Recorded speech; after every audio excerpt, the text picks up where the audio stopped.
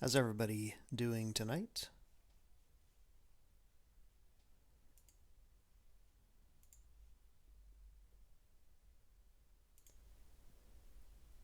What's the good word, you guys?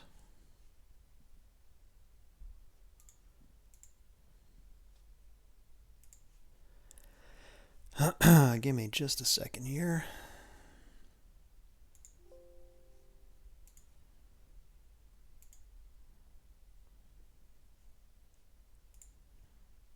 Oops. Come on.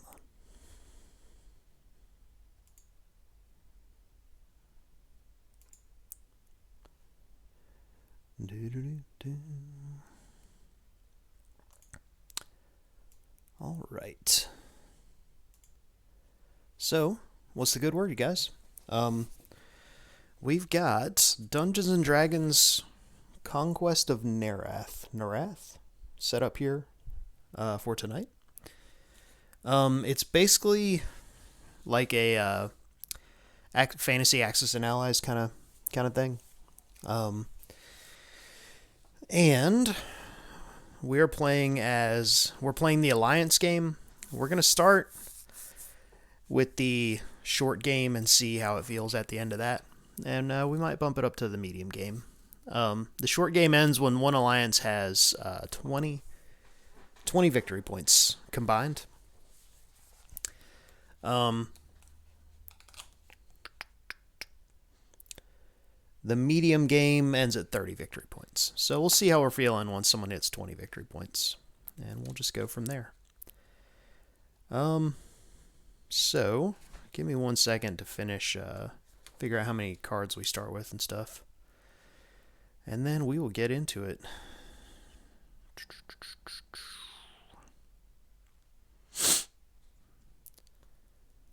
Turn sequence, blah, blah, blah, blah.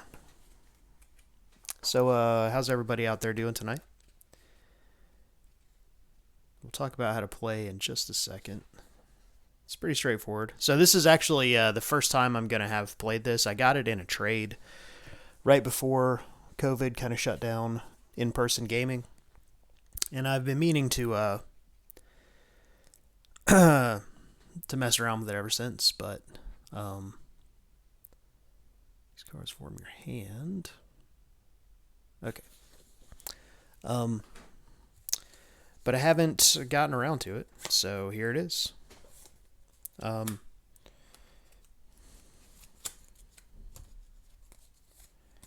See what cards everybody draws here.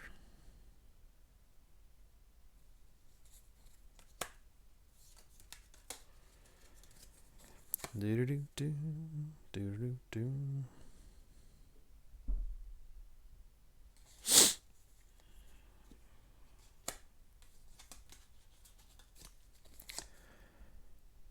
Okay.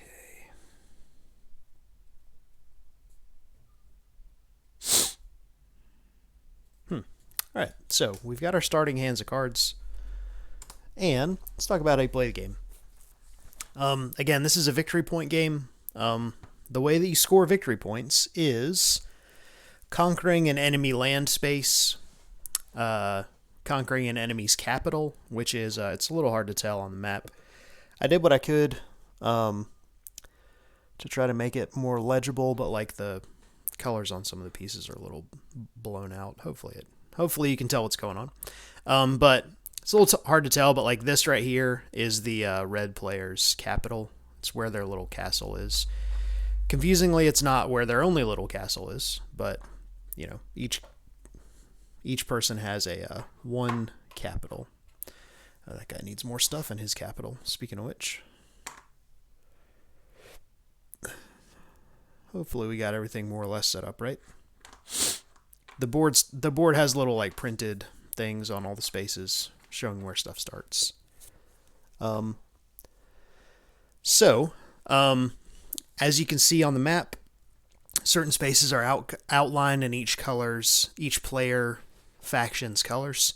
So like this is a red starting space, right? So if white comes in here and kills this guy, white's going to score a victory point for taking over this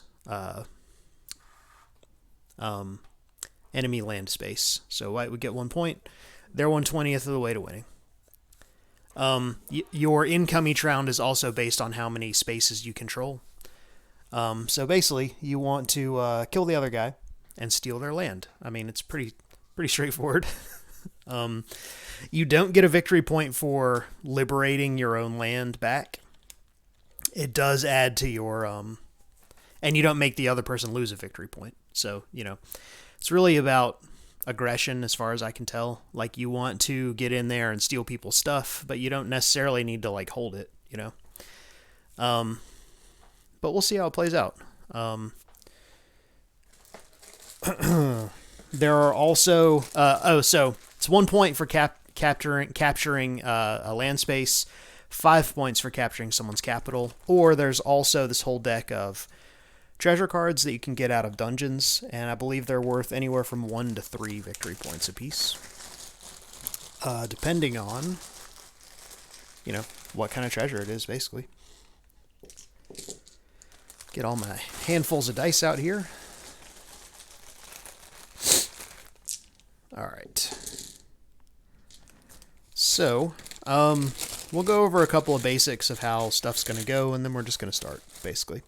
Seems like a very straightforward kind of game as far as, the mechanics and stuff. Very reminiscent of, again, Axis and Allies, or like the other old Milton Bradley Game Master kind of games, So, there are 1, 2, 3, 4, 5, 6, 7, 8, 9 types of units that each faction can have. There's a foot soldier.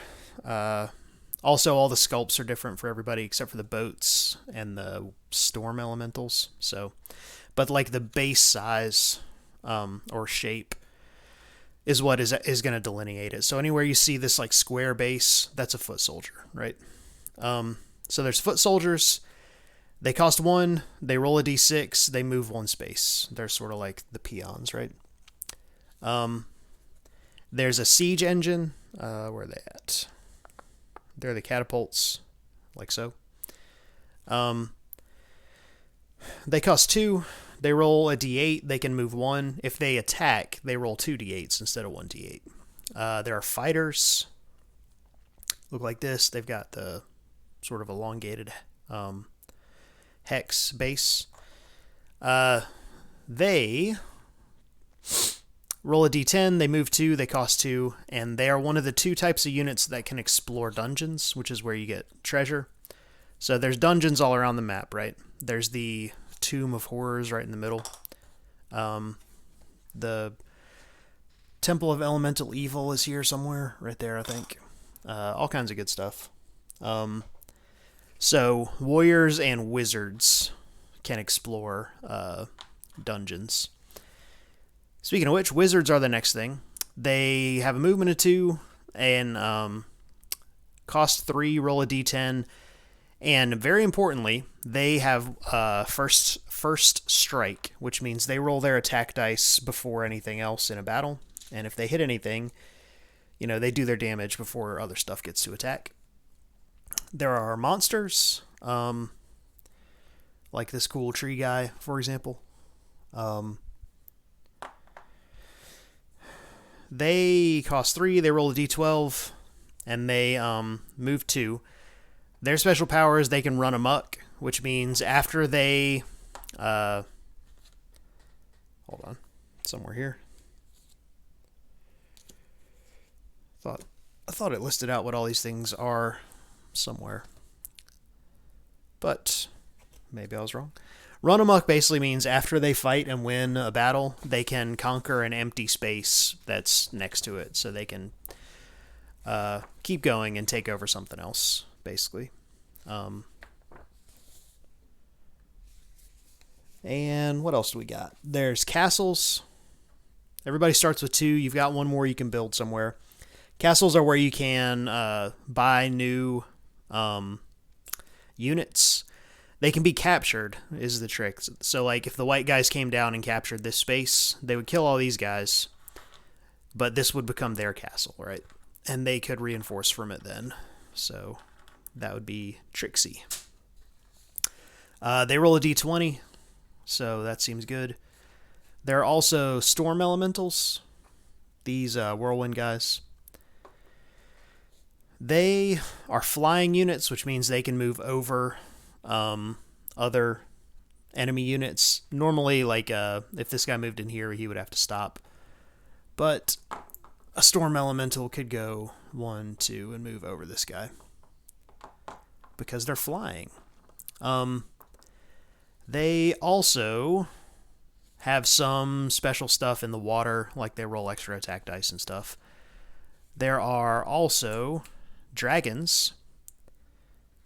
Extremely powerful, these here dragons. They roll a d20. They can move 3 spaces, and they're durable, which means they take 2 hits to kill. Everything else in the game takes 1 hit. Dragons, you hit them once, they flip over. If you hit them again in that same battle, then they're dead. If you don't hit them again in that same battle, then they're still alive.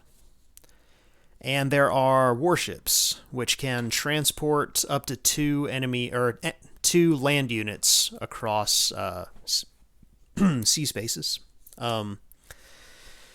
If a warship goes down, any units it was carrying also go down with the ship.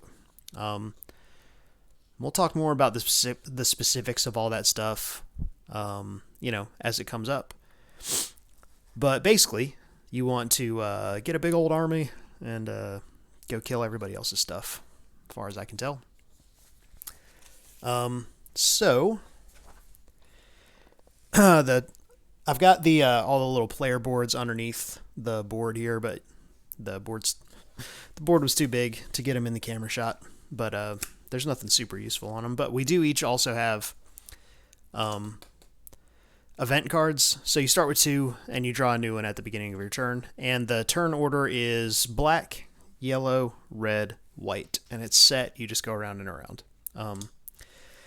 So you draw an event card. Then you move all of your units that you want to. Then you fight any battles that you have started by moving your units. Then you reposition, which means your flying pieces can move again, and heroes exit any dungeons that they were in. Then you reinforce, which you spend gold to buy new units at your castles. Then you collect income based on how much stuff you control on the board. So that's what happens on a turn.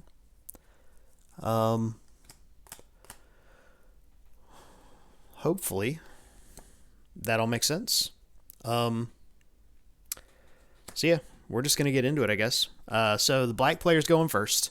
Oh, also, it's a, this is an alliance game. I forget if I said that. But the dark, what is it? The Dark Empire of Karkoth up here is allied with the Iron Circle, the red guys down here. And the, so it's basically like the undead and the orcs, kind of. And the Valen Alliance here, I think they're dwarves. And the Nerathian League up here, who are humans, I believe, are the factions. So, what do you say? You guys want to roll a bunch of dice and fight some minis against each other? I think that's what we're set up to do.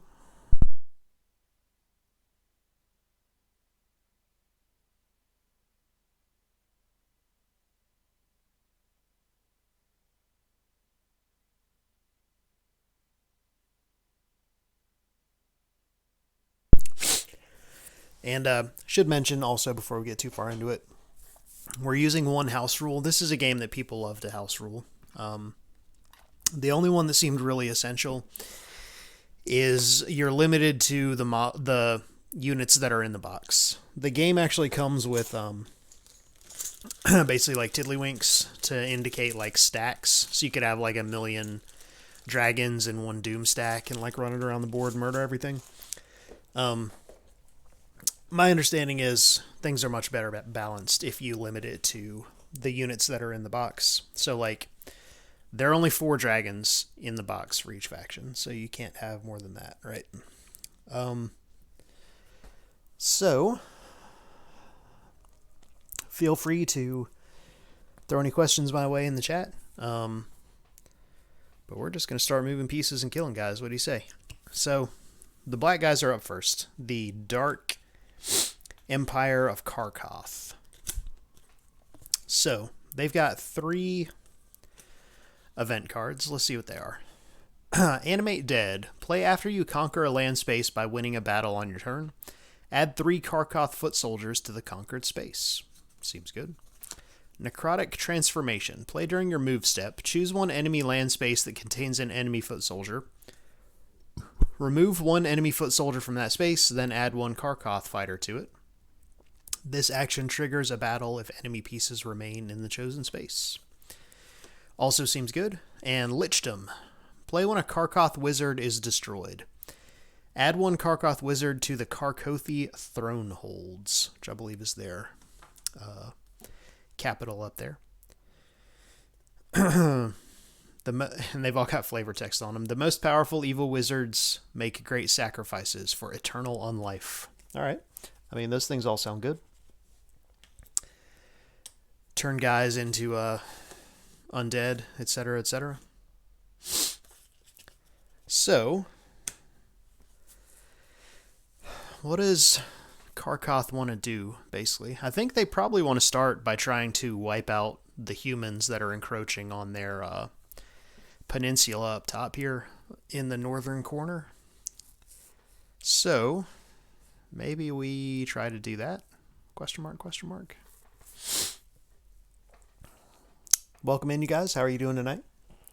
We're just getting into some Conquest of Nerath here. Nerath? I don't know how to pronounce that. I'm going to say Nerath every single time. So just prepare yourself for that fun. Yeah, we're about to take the first turn and, roll a bunch of dice, kill a bunch of dudes. Dudes on a map, as they say. Alright, so we also kind of want to start exploring dungeons. Like there's 2 right in the middle of their territory here. So, also the board starts this same way every game. So you kind of start right in the heat of battle here, which is fun. So we've got a fighter right here. He could go in here, but there are monsters that you have to fight when you go into dungeons. For example, like this troll rolls 2d8. And every time you hit him, it gets rid of one of those dice. You need to hit him twice, right? But for example, but they get really nasty, so you probably want to roll in with like more than 1 fighter, you know.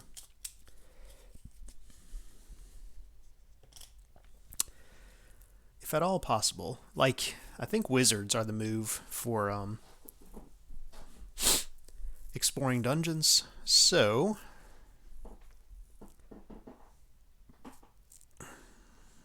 alright, so what we're going to do first is play Necrotic Transformation during our move step. Choose 1 enemy land space that contains an enemy foot soldier. Remove 1 enemy foot soldier from that space, then add 1 Karkoth fighter to it. So, we're going to turn this human foot soldier into a Karkoth undead little skeleton guy. That, hold on.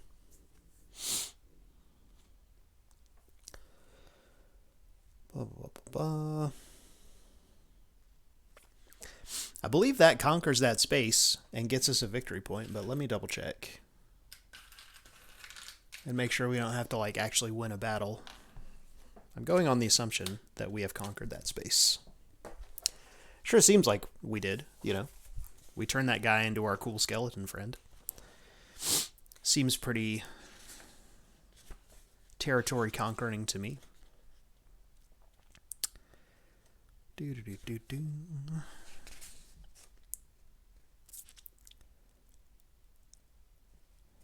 Let me see.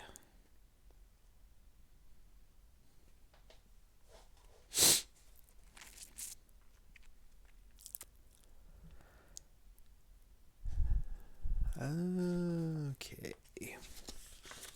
Where's the part about victory points? You score victory points for conquering enemy land spaces and claiming treasures. Immediately advance your realm's victory. Your realm's control marker the appropriate number of spaces on the victory point track. If you conquer a land space in an enemy's starting territory, you score 1 victory point. If the enemy retakes that space, but you conquer it again on a later turn, you score the victory points again. However, you do not score victory points for retaking a land space that originally belonged to you at the start of the game. Alright, so, I mean, that certainly seems like we conquered that space. So, I'm giving Karkoth 1 victory point. We're on the board, folks. And so this is a D6, a D8, and a D20 if we want to kill these guys. This is, what is a monster roll? A D12 and a D6. Also in combat, no matter what die you roll, you need a 6 or higher to hit, right? And every hit you do basically kills one thing, unless it's a dragon, in which case you need 2 hits to kill it, right? Foot soldiers roll a D6, and they need to roll a 6 to score a hit. Dragons roll a D20. They still only need to roll a 6 to hit, right? So the higher your dice, the better your odds are of hitting stuff. So, siege engines move 1. All right, so these guys are going to move up here. Let me see. Monsters can move 2. So if I leave this open like this monster could just come up here and snipe that, right? So I probably don't want to do that. I mean, ideally I'm just going to kill these guys. So we'll see. Let me see. Storm elementals move 2. So this guy's going to come and go 1, 2. This guy's going to come here. This hero's going to come down here.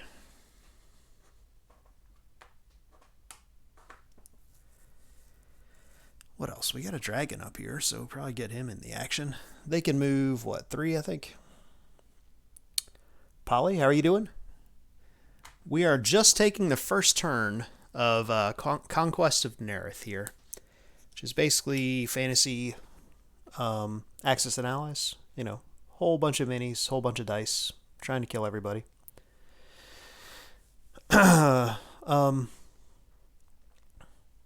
So, and it's an alliance game. The Dark Empire of Karkoth up here, basically they're the undead, and these are the orcs down here, the Iron Circle. It's them versus the humans and the elves. First player to 20 points wins, and you get points for conquering other people's stuff. No, I'm just playing all 4 factions. I mean, it seems like a pretty straightforward game to, not a ton of hidden information. Like, you have event cards and stuff, but, like, it's not a thing where it's going to make that huge of a difference. It's mainly just rolling big fistfuls of dice at each other, Alright, so these guys have moved. I guess this guy's going to come down here. We're going to try to give these guys the business here and get the stupid humans off of our peninsula, basically.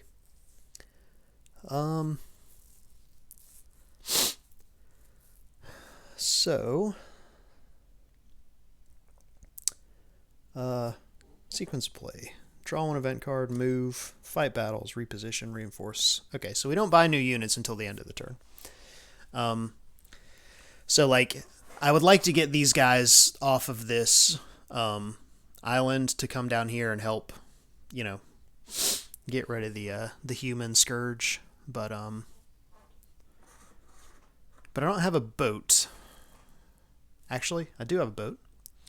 I forgot that I start with a boat up here. Alright, so that helps. This boat comes here. And the way that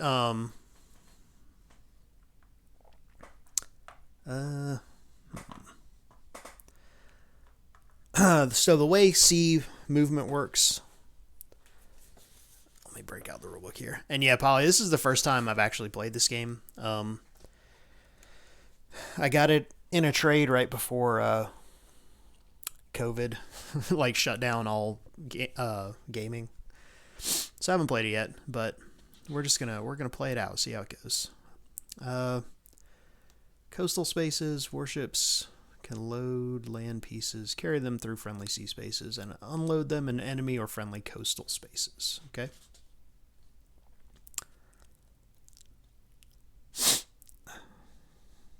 Warship must stop moving. Blah blah blah blah blah blah.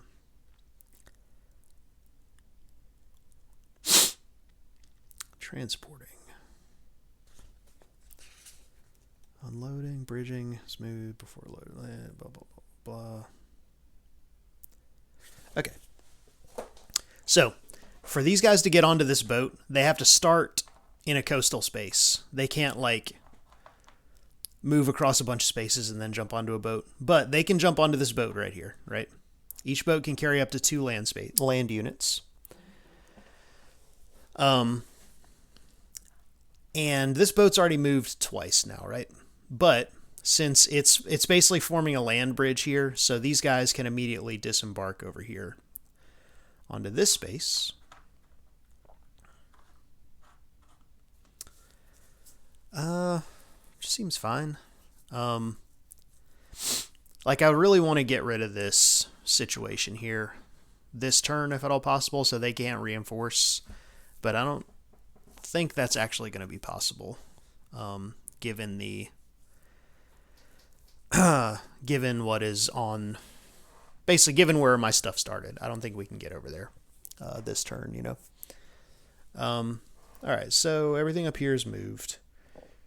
My dragon, this guy's going to move down here. Dragons can move 3 spaces, so 1, 2, 3. We're just stacking them deep here in the Raven Chiefdom. Gonna have a big old fight here. 1, 2, maybe. Yeah. All right. So these guys are gonna come down here. These guys are gonna come down here. 1, 2, 1, 1, 2.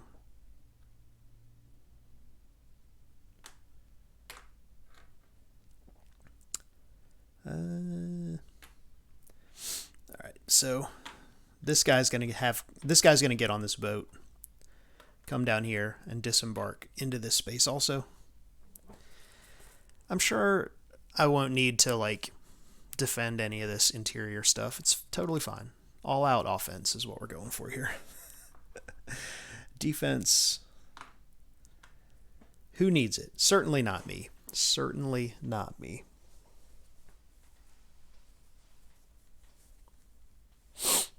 Let me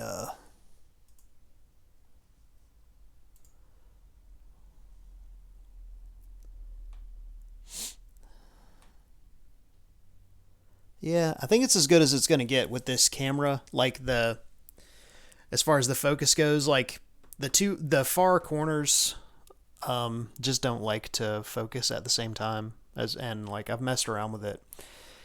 And I think like this spot and this spot just will not focus at the same time, and I don't know how to do it. I don't know if it's something wrong with this webcam that I've got or what, but I think it's I've certainly played around with it a lot. I think it's as good as we're going to get it, basically. All right, so these guys, I guess, come down here. Maybe they'll try to kill these guys. So if that's the case, 1, 2, okay. So this guy gets on this boat, comes 1, 2, unloads down here, so he can reinforce and try to kill these guys.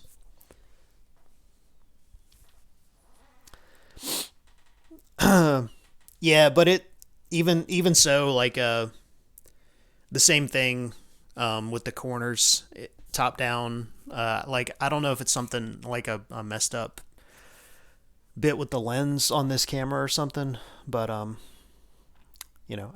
never been able to get it to do it.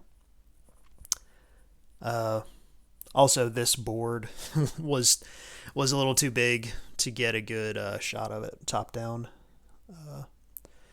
and still be able to see the pieces and stuff. All right, so I think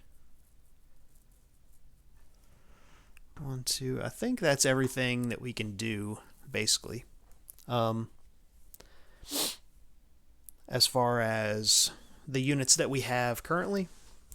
So we're just going to have to eradicate this human scourge next turn and hope that they don't put too much business on us in the meantime. All right, so now it's time to do some fights.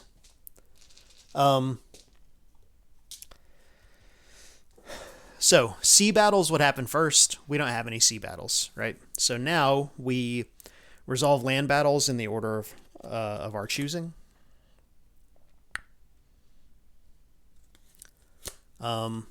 So we are going to, we'll just do these first, I guess. So this is two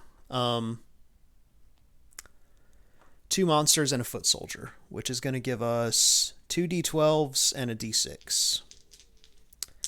And they've got 1 foot soldier, so they're rolling a d6. So this is for the yellow guy. He missed, and our guys rolled 2 hits. They only needed 1, so they kill this foot soldier. They conquer this space, score us 1 victory point. Yay! The undead plague is descending here. This one here is going to be 1d6 for him, and so the catapults, when they attack, they get where is it? They get 2d8s as long as they're attacking. Only 1 if they're defending. So 2d8s and 1d6 for the foot soldier. The yellow elf missed. We rolled 1 hit, which is all we needed. Kill that guy. So we conquer that. We get a victory point. Yay. And we're also going to play... So we've got Animate Dead, right? Which lets us add 3 foot soldiers anywhere that we... anywhere that we conquer. So I guess the question is, do we want to do that here and like try to shore up this front so they can't push back? Or up here? I don't know. We'll just do it. We'll do it down here. So where'd it go? Animate Dead. Play after you conquer a land space by winning a battle on your turn. Add 3 Karkoth foot soldiers. We have animated some dead guys. Seems fine. Make it harder for them to push back, Okay, so the final battle is up here, where we've got all kinds of ridiculous nonsense going on. So they get a d12 and a d6. They rolled 1 hit. This is happening simultaneously also, but I've only got limited dice rolling space. So our dragon can take 2 hits, right? So we're going to assign 1 damage to him. And then we get to roll a d20, a d10, a d6, d20, d10, d6, d12, and what's a storm elemental roll? Storm elemental rolls a d8. And we need 2 hits here. We rolled 2 hits, so we kill these guys. Get out of here. Get out of here, humans. No one likes you.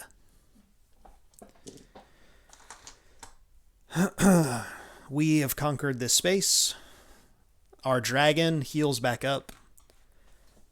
We put a control marker on that space. And we score a victory point. Boink. That's all the battles, so that is the end of the fight battle stage. Now, reposition. Your flying pieces can move again. So, like, my dragon and my storm elemental here can reposition somewhere else. Let me see if there are specific rules to that. Blah, blah, blah, blah, blah. Reposition. Fly away. During the step, your flying pieces can move to any friendly land space they can reach with their movement. Can't start any new battles. Okay. So we could go like 1, 2, 3. Have this dragon come down here and shore up this middle island a little bit, maybe. And we'll move the storm elemental down here. That way, if the humans want to get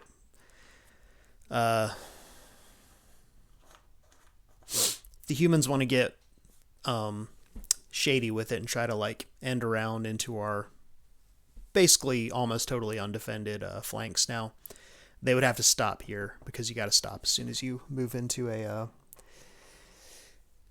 unfriendly space. So now we've got $10 to buy units, and this is a list of how much all the units cost. We definitely want to get a couple of wizards, because we want to try to start exploring these dungeons. So maybe we get 1 wizard there and 2 wizards here. That's $9. But that should give us enough firepower to take both of these dungeons next round.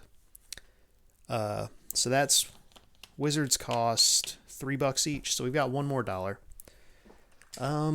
Which I guess is going to be a foot soldier, because they're the only thing that costs 1. So we get a foot soldier here. Seems fine. All right. So now we get income, and our base income is 15, assuming we still control our entire home area, which we do. No one has attacked us because we go first, right? We also took over 1, 2, 3, 4 more territories, which each give us $1. So we get 19 gold to play with next turn. Seems fine. Seems like a totally fine amount of gold.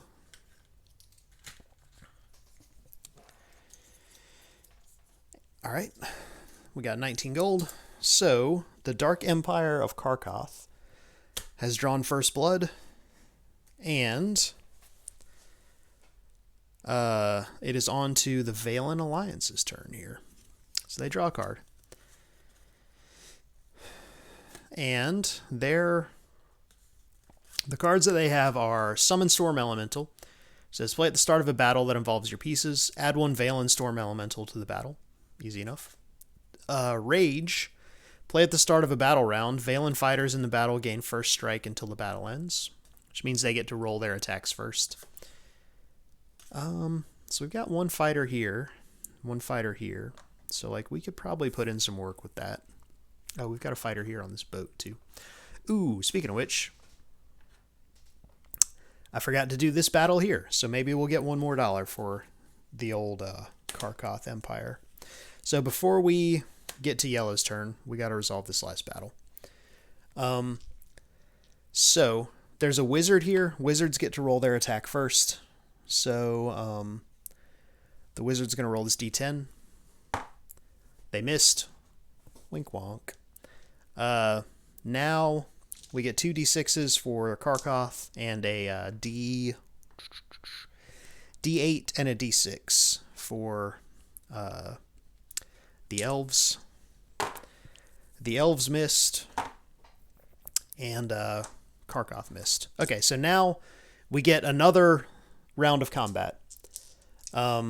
So the attacker can choose to press or retreat. So like if you press, you just have another round of combat. If you retreat, you have to go back to basically an adjacent friendly space. The defender doesn't get to choose, like they can't run away. So we will press the attack. So the wizard hits. If you get hit, you get to choose what dies. They're going to choose the foot soldier. And now it's 2d6 versus 1d8.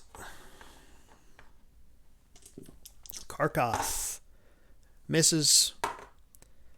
The siege engine misses. We're going to go again. Miss. Miss. Miss. Everybody's missing. Oh my goodness. Hey, there we go. The wizard kills this guy. Perfect. All right, one more point and one more dollar worth of income.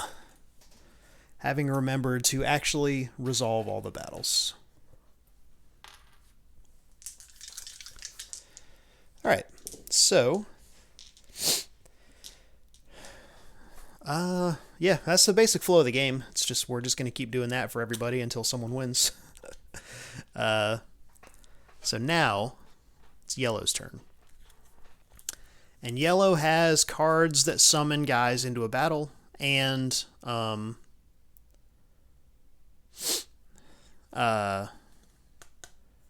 card that gives their fighters first strike. So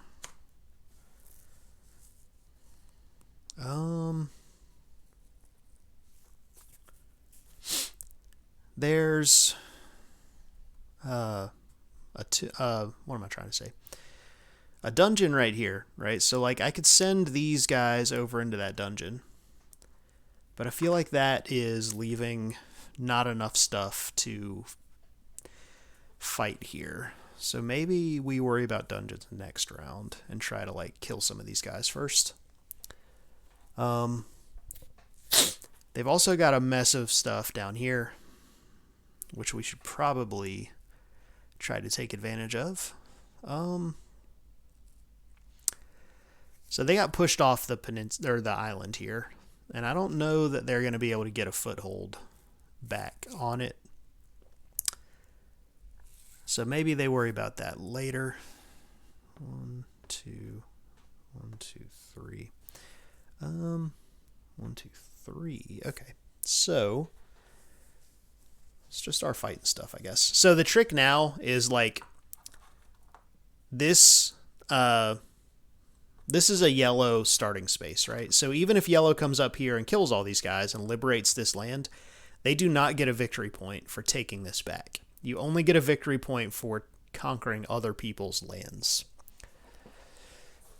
So, I mean, they definitely want to stop this encroaching wave of undead nonsense. But, like, they've got to get through this first line before they can start scoring points up here, basically. Or they could jump in a boat and try to like end around up here, but then they're just basically leaving their capital totally undefended, which seems bad, not gonna lie.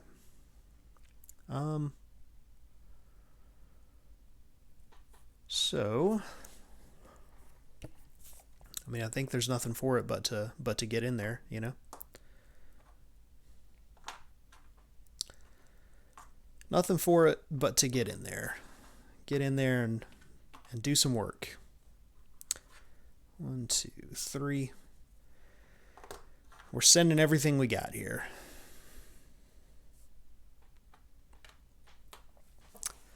All right, so I think that's all we can do on the eastern front here.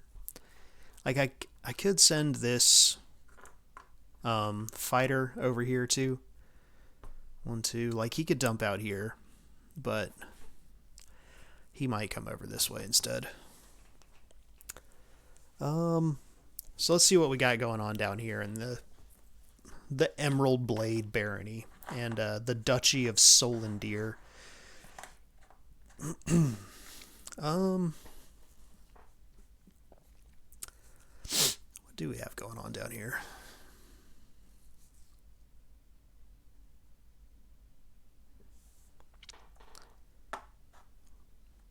Oh, you know, all right, hold on. I think during the reinforced step, we also get to move guys, and I forgot to do that for black. Let me just double check that. Buy new pieces. Place new pieces. Placement limit. You can place any number of pieces in your capital space. At any of your other castles, you're limited to placing 4 new pieces. Moving new pieces. Once you have placed your new pieces, you may immediately move from the space where you place them to a friendly space they can reach with their movement. Doing this lets you position new troops to defend against enemy counterattack. Okay, so before all these guys move, well, we only bought wizards, and we're going to send the wizards into these dungeons, so they don't want to reposition. It's fine. But I feel like that will become important very shortly. Before we handle the southern situation here, give me 1 second. I'm going to grab myself another water, and I'll be right back, you guys.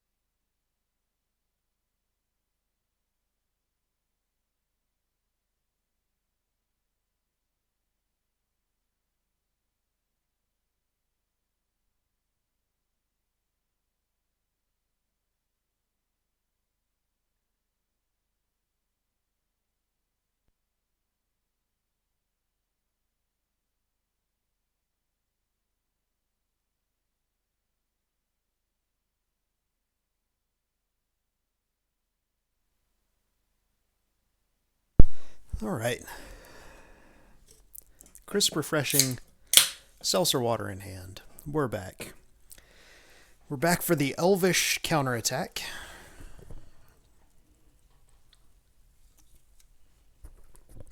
So let's see what the free peoples can get up to here. All right. So the evil alliance scored 5 points on their first turn. Seems pretty good if we're playing to 20. I don't know that yellow is going to be able to do quite so well. The card that let them steal that territory for free seemed well-timed and extremely powerful.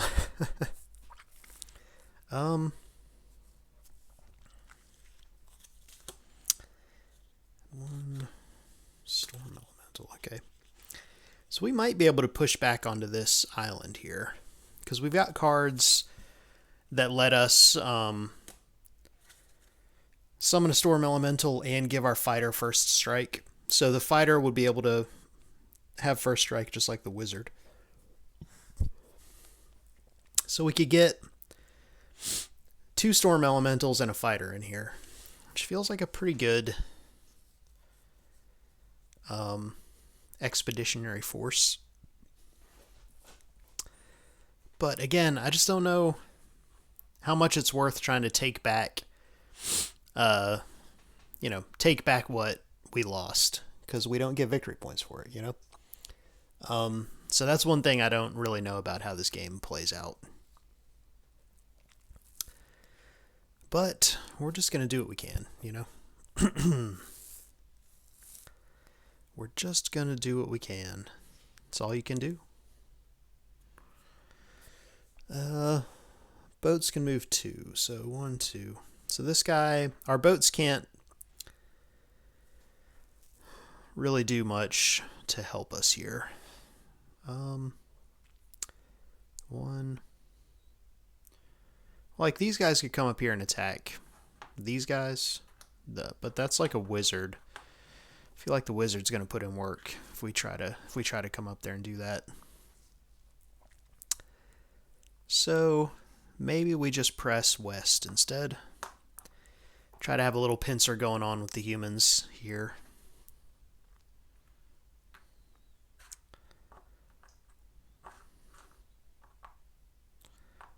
This guy's going to come over here.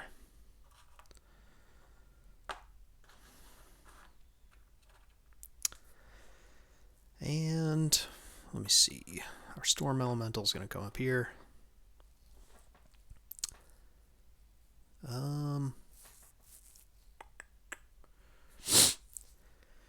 And what else? I mean, I guess we'll try to take this back here.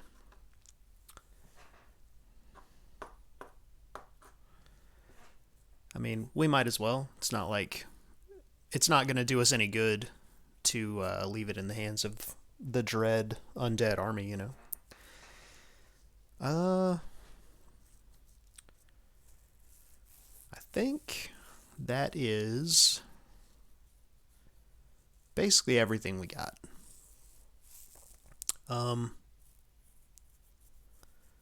So let me check if I'm not sure if dungeons stop your movement or not. Like if these monsters can move over this tile, basically is the question.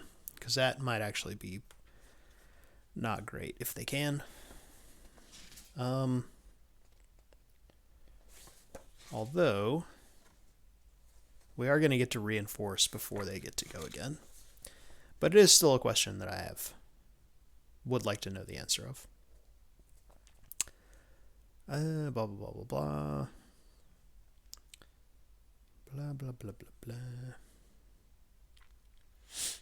Dungeon entrances. Only heroes can move into dungeon entrances to face the terrors within. Fighters and wizards are heroes. Heroes must stop moving as soon as they enter dungeon entrance. Okay, so this is not a space that these guys can move through. So this... Oh, but this space is still adjacent to this space, so it doesn't help that much. But it is good to know anyway. I think I need to get a boat over here to get these guys off this island also. But, well, maybe we'll worry about that later. If there is a later. I mean, these guys are probably just going to get absolutely slaughtered by the orcish army here in approximately 1 second. But, what are you going to do? So, I think that's all the Valen Alliance has. So, in this space, we are going to play Valen fighters in the battle, gain first strike until the end of battle, and also add 1 Valen Storm Elemental to the battle. Boink. So, 2 Storm Elementals and a souped up fighter are going to see if we can kill this wizard and these two, what are they called? Foot soldiers, right? So what do you guys think? Good or evil? Who's going to win here? I don't know, personally. Evil got off to a pretty good start, I'm not going to lie. Okay, so what is the fighter roll? Fighter rolls a d10, and the wizard rolls a d10. Alright, so this is Karkoth, this is Valen. Ooh, Valen rolls a hit. Okay, so we kill one of their foot soldiers. And then Storm Elementals roll d8s, and 1d6 for Karkoth. Miss. Also miss. Okay. Karkoth. Ooh, a hit. That's not great. So we lose a Storm Elemental, which is a real shame. Actually, do we lose a Storm Elemental? They cost more than fighters. So maybe we just lose our fighter and are sad about it because he was buffed up. But now we get to roll 2d8s. Look at that. 2 hits. Smoked him. Alright. So we liberate this land from Karkoth, but sadly we don't get a victory point for it. It is going to be income for us, which, you know, is not nothing, I guess. Alright, so here got a Storm Elemental versus a Foot Soldier. Killed the Foot Soldier. Get out of here. So, we conquer that. Score ourselves a victory point. And here, we've got a monster and a fighter versus a monster. So, monsters roll a d12. Fighters roll a d10. Alright, so. One hit. One hit for them also. So, I think we're going to kill the fighter. Score ourselves a victory point.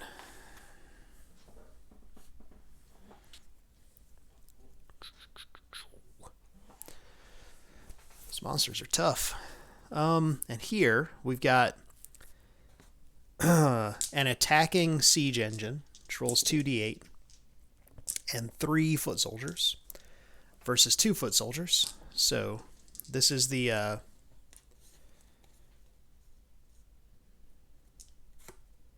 hold on. Okay, making sure they didn't have any applicable cards they might want to play. So this is for the 2 orc foot soldiers. Both miss. This is for the elf guys. 2 hits. Smoked them.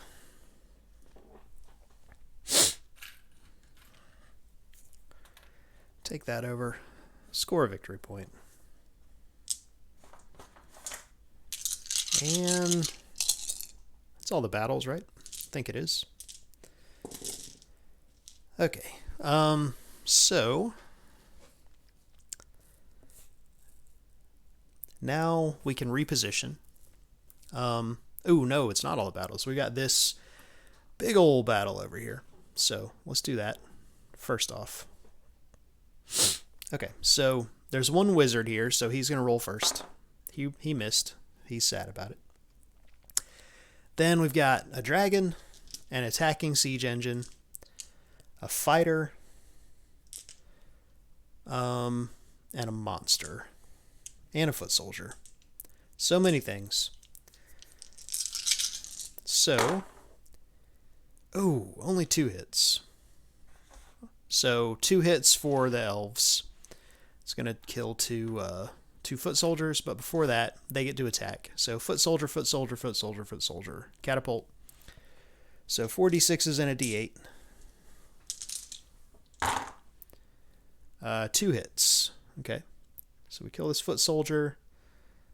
And, ooh, I don't want to kill any of this stuff. Oh, we take a damage to our dragon. That's what we do. Alright, so now we're going to press the attack. So the wizard attacks first. He missed. Come on, wizard. You're not pulling your weight here. Then, this is for Karkoth. One hit. We are sad about it. And then we've got 2d8, a d20, a d10, a d12.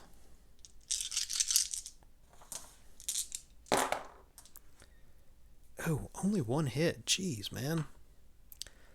Y'all need to step up your game here. Y'all need to step up your game. Okay, so, what's going to die among the Valen forces is the main question here. I think it's going to be a fighter. So we're going to press the attack again. Come on, wizard, do something good. Hey, he rolled a hit. Which kills this guy before he gets to attack. And then Karkoth misses. And we get a d20, 2d8, and a d12. 3 hits. Get out of here. Which, again, sadly does not score us a victory point, but it does kill a whole lot of enemies that were directly next to our capital, which, you know, that seems good anyway. Okay, so that is all the battles now. We can reposition these storm elementals. And this storm elemental.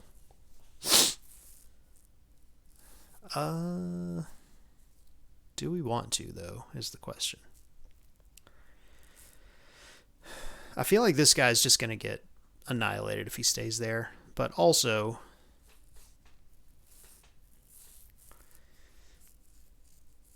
I mean, where else is he going to go, really?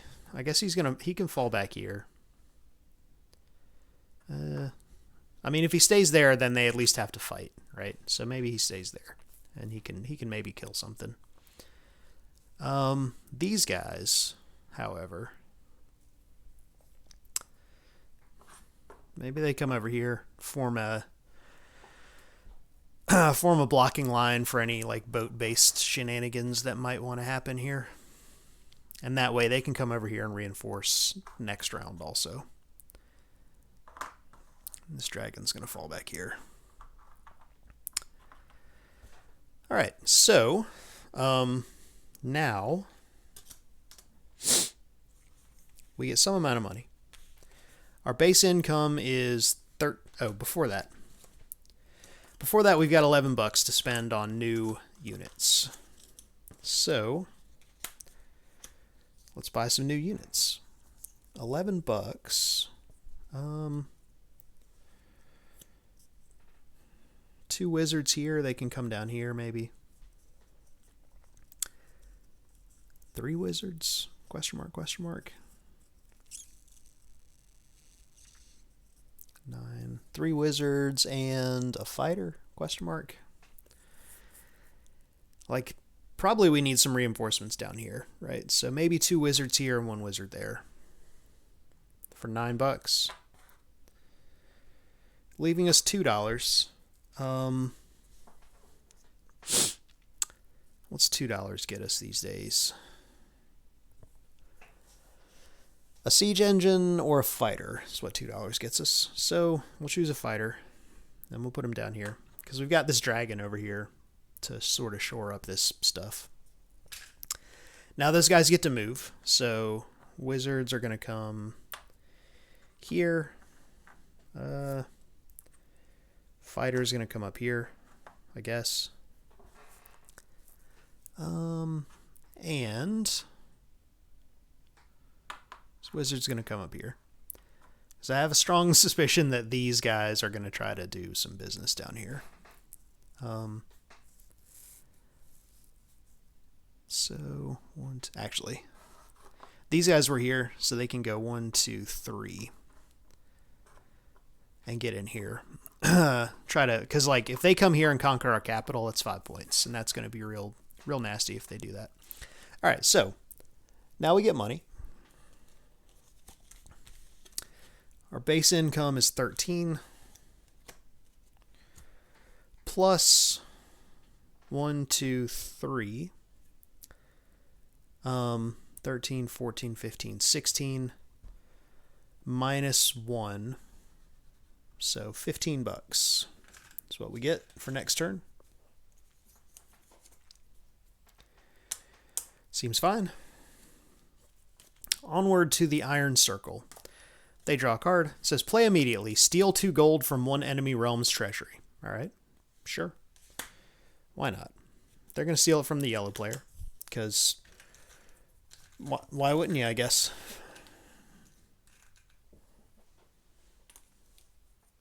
Seems like a jerk move, but, you know, I guess that's the game. We're also going to play Dread Alliance. Play during your draw step. Immediately conquer one enemy land space containing no pieces. Add 1 Iron Circle foot soldier to that space. Threatened by war, one nation pledges allegiance to the Iron Circle in return for protection. I mean, that's nasty. That is nasty. So, where are they going to go, I guess is the question. Like, they could come in here and get a flanking move going. Or they could come in here and get a flanking move going. There's no human spaces currently that don't have people on them. So it's got to be something for yellow, right?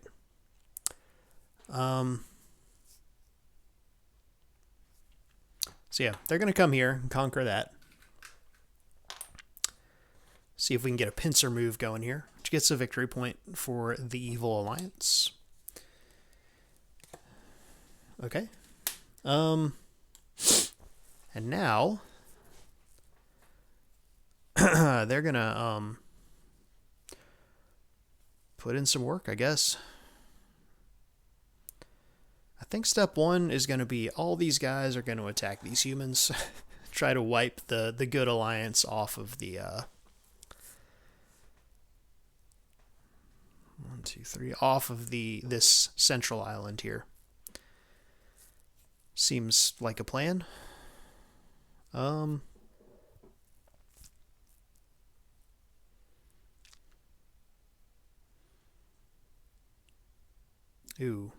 Ooh, okay, so hold on.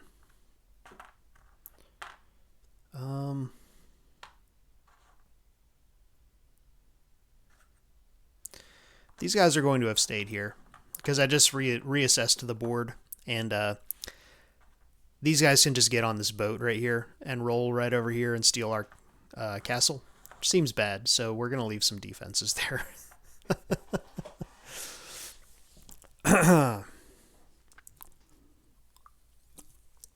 Red says that's cheating, but, you know, whatever.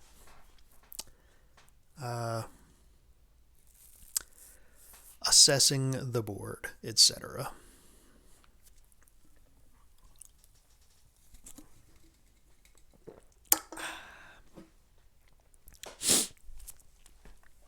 How do you guys enjoy the game so far? I mean, it seems fun. It's basically exactly what I was imagining it was going to be, you know?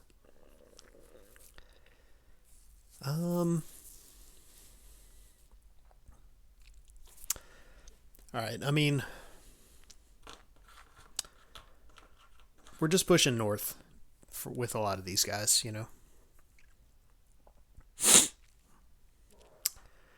guys are going to get on this boat and go 1, 2, and land right here. Let me see.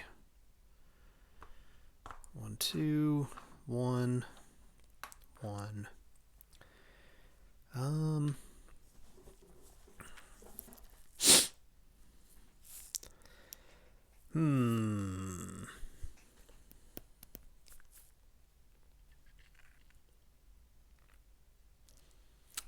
All right, so this guy is going to go 1, 2, 3. This dragon's going to come down here. Try to kill these guys on this island. These guys are going to get in this boat and go 1, 2. Try to snake that right there.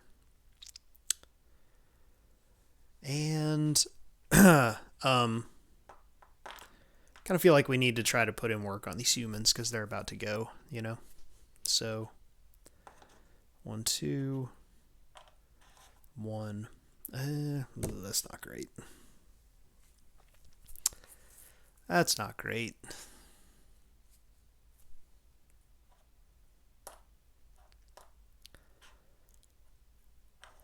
It's not great, but, you know, one can only do what one can. Actually, we'll put this guy here.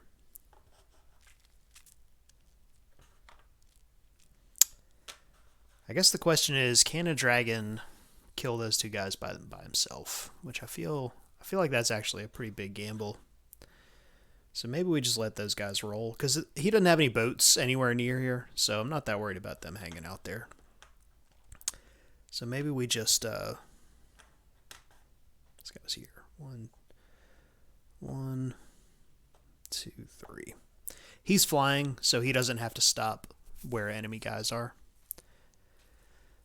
So I feel like that's a pretty good spread.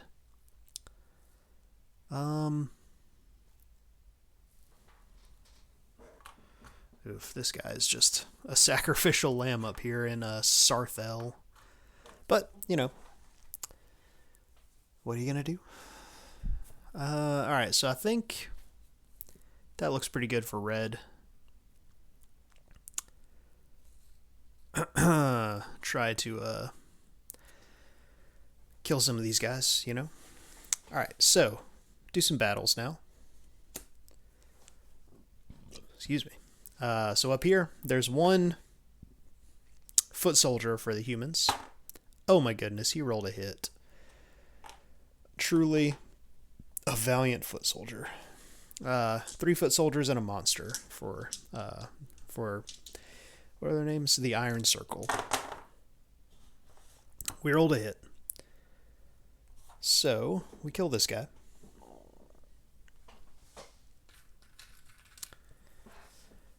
We conquer that, we score a victory point. Losing 1 foot soldier in the process.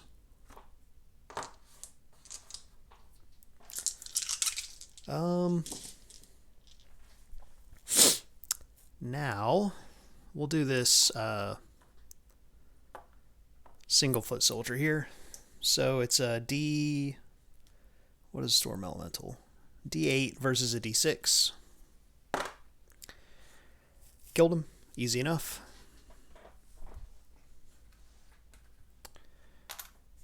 Take that over. Score a victory point. Now we'll do this, which is a dragon, a fighter, and a foot soldier. Dragon, fighter, foot soldier. Versus a wizard who gets first strike.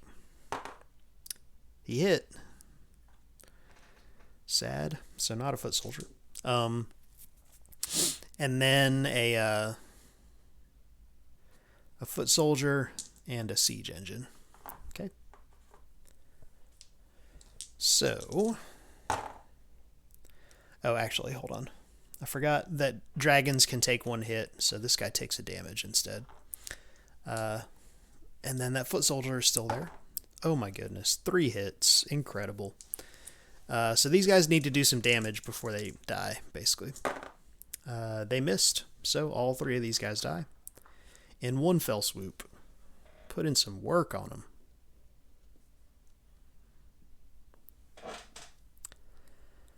Got our stacks of minis up there.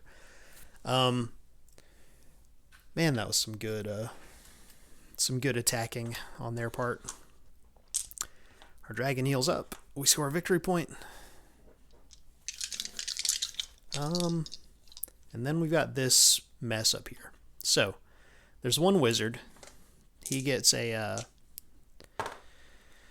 first attack, but he misses. So then the siege engine rolls 2d8. These 3 foot soldiers roll d6s. And the human side rolls a d10 and 3d6s. All miss. Hit, hit, hit. All right.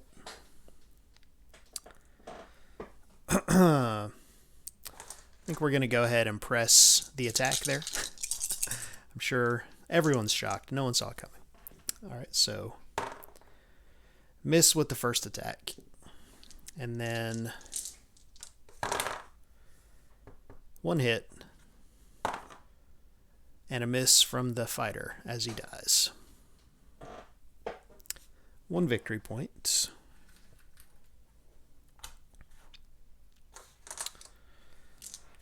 Wow, they're up to 10 already.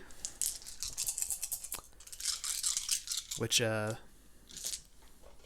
feels like they're putting in some work here, you know?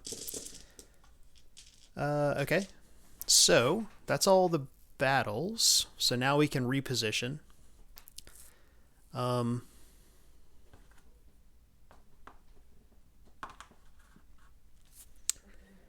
think they can end on sea spaces. Let me check. I don't remember if they have to end on land spaces or not. Let me see. Fly away. Land space. Okay, they got to end on land spaces, so he doesn't go there. Just kidding.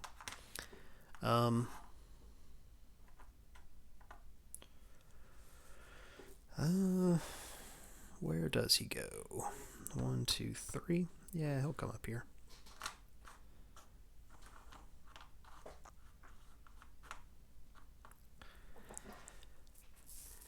I think that's our... Oh, we've got a storm elemental here, but I think he's just going to hang out where he is.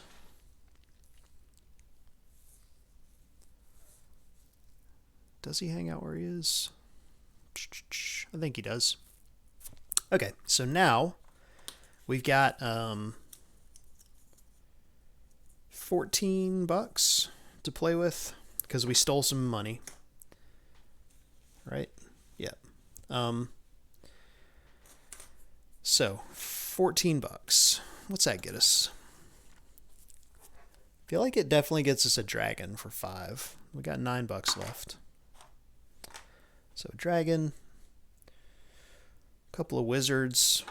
Wizards seem very good. I mean, honestly, it might just be... Actually, hold on.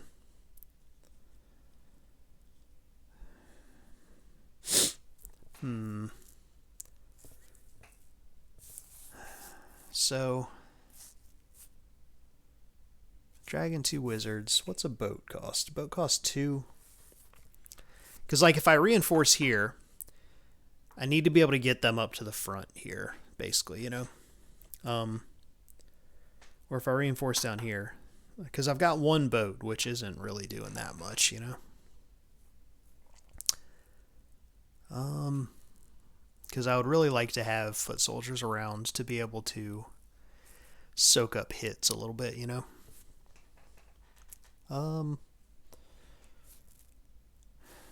So that's 5, 6, 7, 8, 9, 10, 11. I've got $3 more. I could buy a warship and a foot soldier, or I could just buy another wizard, you know? Oh, speaking of which, there was one more battle down here. So let me do that before I finish my buying stuff. So it's a wizard and a foot soldier versus a wizard. So this is red and this is yellow. 2 1s. Great. Okay. Let's see if the foot soldier can do a little bit better. He did not. Okay, so a hit for each. So these guys die. Easy enough. Easy enough. 1 more victory point. For red.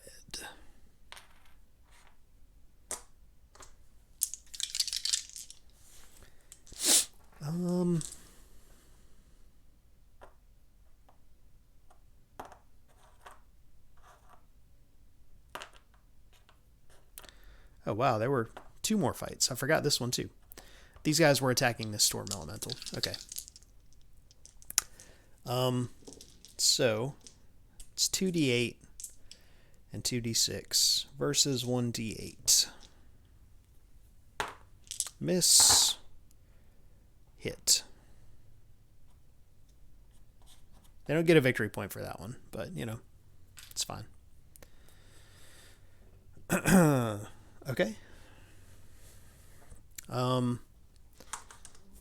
Right, so $14 is what I had. I think it might just be 2 dragons, honestly. Dragons seem super good. And that leaves us $4. Which maybe is a wizard and a foot soldier. Those guys down there. Oh boy. Throwing dragons around here.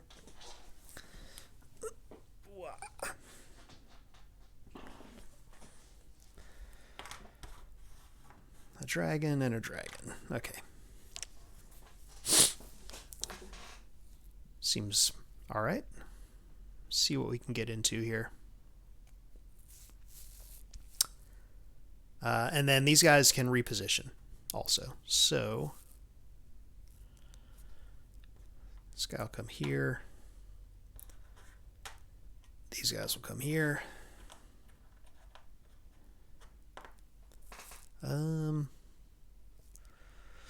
This dragon will come up here.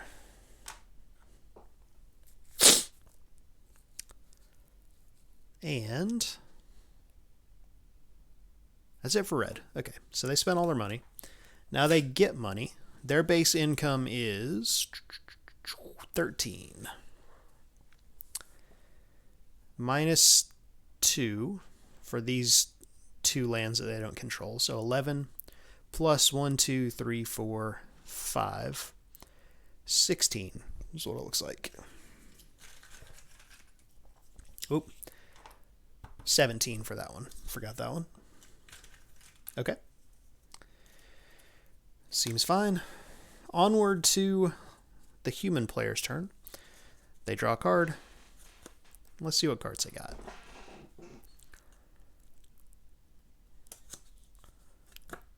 At the end of any player's fight battle step, count the number of Nerath starting land spaces that enemies control. Add that many Nerath foot soldiers to any land spaces you control, distributing them as you wish. Wow, okay. All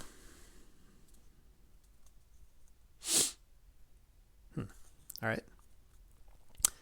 Play during your draw step. Count the number of Nerath starting spaces that enemies control. Roll 1 d20 attack die against each of those spaces. Wow, okay.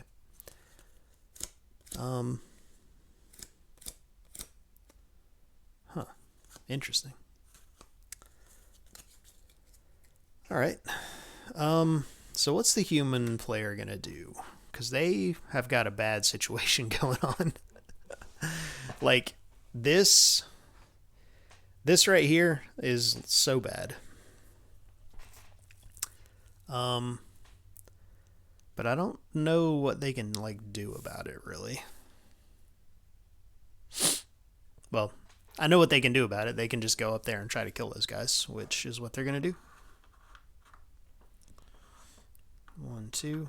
I mean, there's nothing else for it, really. 1, 2, 3. We're getting the whole situation going here. This guy's going to come here. Here, here, here. Here, here.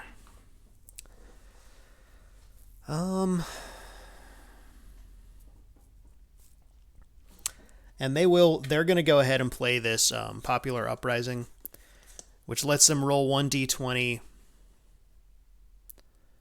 against each space of theirs that they do not currently control.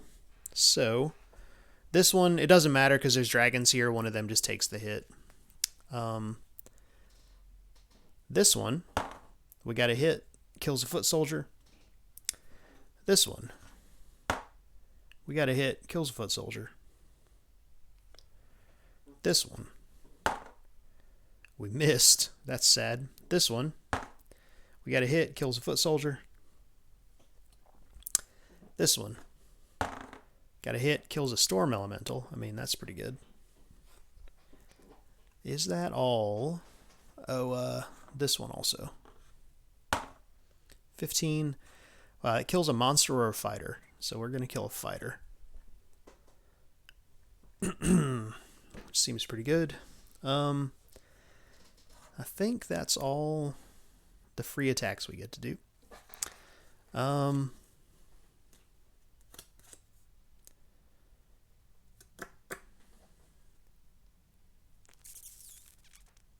Yeah. Okay. So that's that. Yeah. The human player seems like they going last in turn order. They just kind of get hammered on. I think their event cards are like better to try to balance it out, but it seems they seem like they're in a bad spot. I'll just say that. So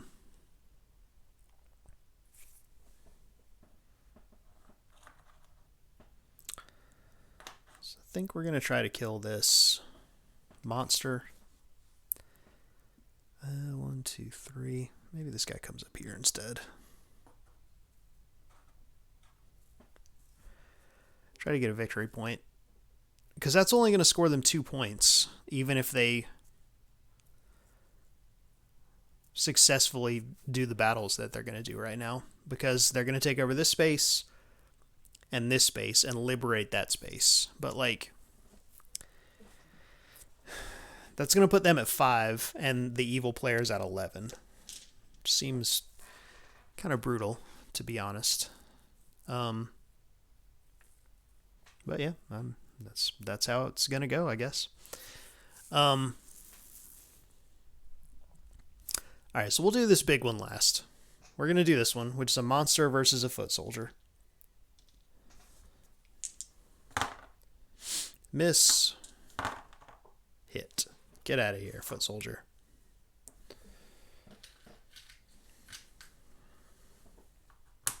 Oh, that's not the right token. 1 point. Then we're going to do this one, which is a monster versus a siege engine and a foot soldier. 1 hit. 1 hit. Kills this guy. Kills this guy. Liberates this.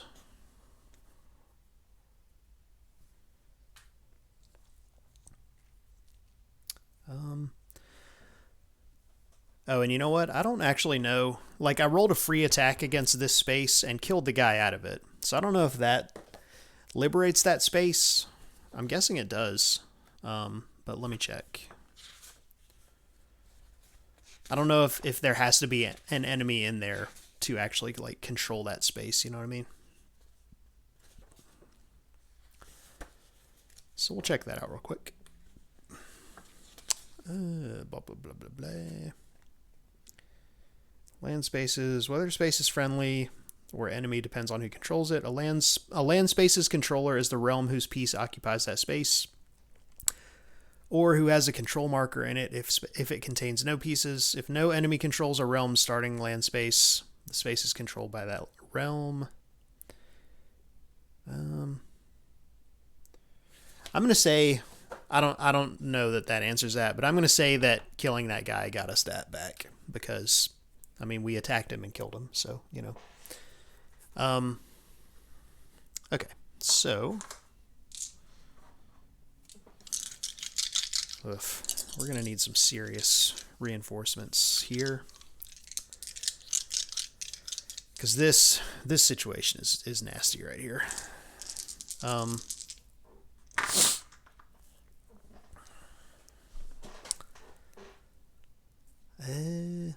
I mean, I guess that's everything except for this. So we'll do that. We're going to play Ice Storm. It says, play just before you roll a Nerath Wizard's attack die. The wizard rolls 2 additional first strike D12 attack dice. So we're going to roll 3. We're going to roll... Hold on. Play just before we roll. Yeah. All right. So we're going to roll 4 first strikes first off. 2 hits. Just going to wound both of these dragons. Then a d12, a d10, 2 d8s, and a d6. This is for Nerath. 1 hit. That's sad. So it's going to kill that guy. And then 2d20, a 2d6, and a d12 for the Iron Circle. 2, 3 hits. 1, 2, 3. All right.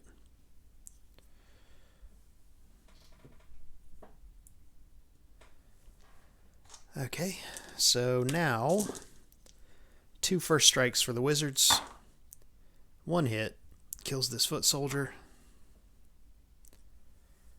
And then a d20 and 2 d8s for Nerath. Oof, 1 hit. 1 hit is bad. Kill this monster. 2 d20s for the Iron Circle. A miss and a hit. Okay. I think the hit's going to hit this siege engine. Because we'd really, really love our 2 first strike wizards to kill these 2 dragons right now. Well, they killed one of them anyway. And then this is for the Iron Circle. A hit. This is for Nerath. Oh my goodness. That's brutal. Alright, man. I need you to hit here. There we go. There we go. That was a pretty savage battle. Just to take back a victory point, you know? Or not even a victory point, just to take back that land. You know, it doesn't even get us anything, really.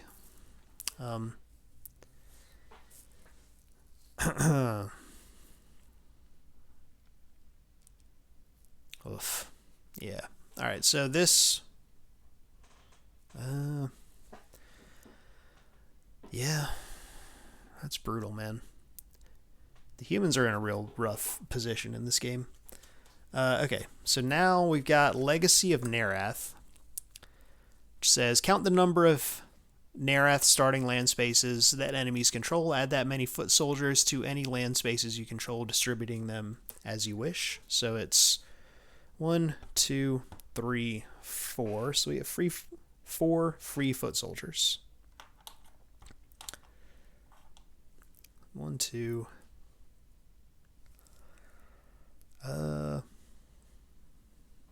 3, 4, I guess. And then we've got $13 to buy reinforcements with, which I think is going to be a dragon, and $3 more.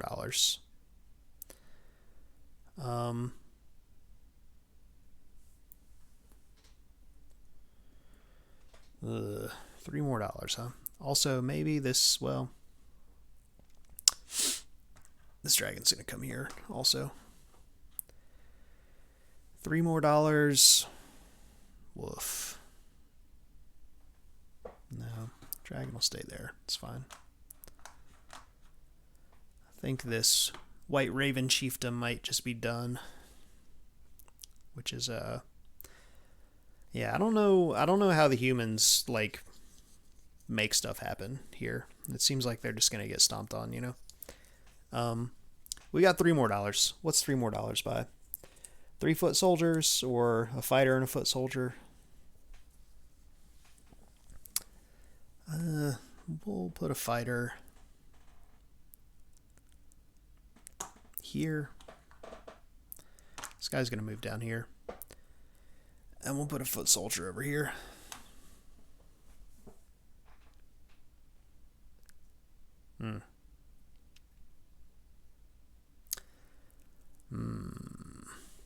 Maybe we'll put this fighter over here instead.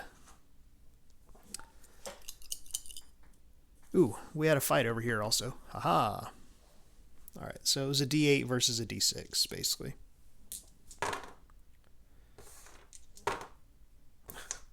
Someone's going to hit something eventually. Wow, they kill each other. Brutal.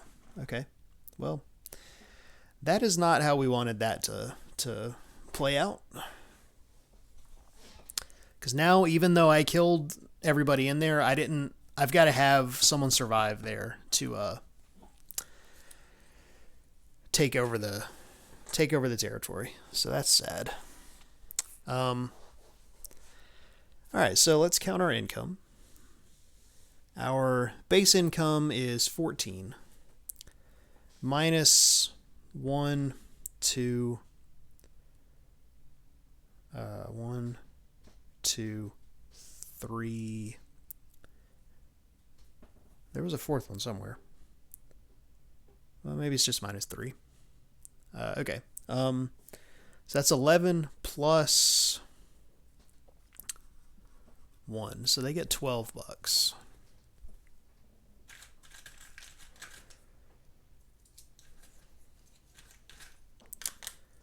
Alrighty. So one full round of the game down. We're back to Karkoth. Play immediately. Lands of the Dead. Add 1 Karkoth foot soldier to each of 2 different land spaces you control. Alright, well, easy enough. Where do these guys want to go?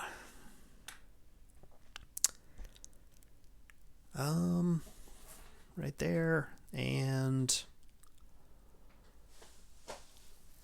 right here, I guess. Sure, why not? And before we start into round 2, give me just a minute here. I'll be right back.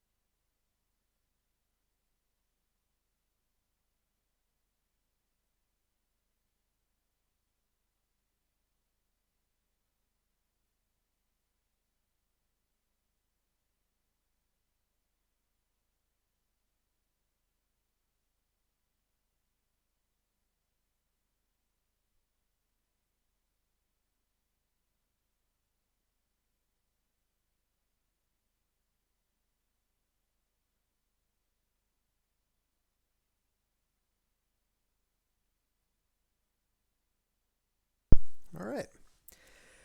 Fortified with a handful of gummy bears. We are back in action here. And Karkoth, I think, is whoop. I guess I should turn it back to the game camera. Karkoth is set up to raid some dungeons here, so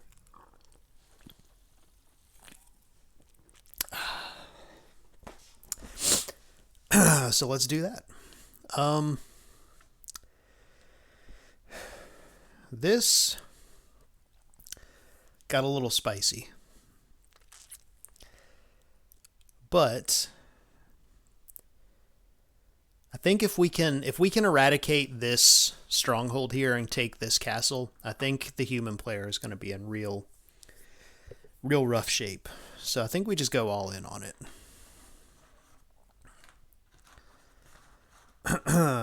And you know, try to kill him as you do. All right, so we've got 2 wizards here. They're going to come into this dungeon, and we'll get to see how dungeon raiding works. We got 2 wizards here. They're going to come into this dungeon. I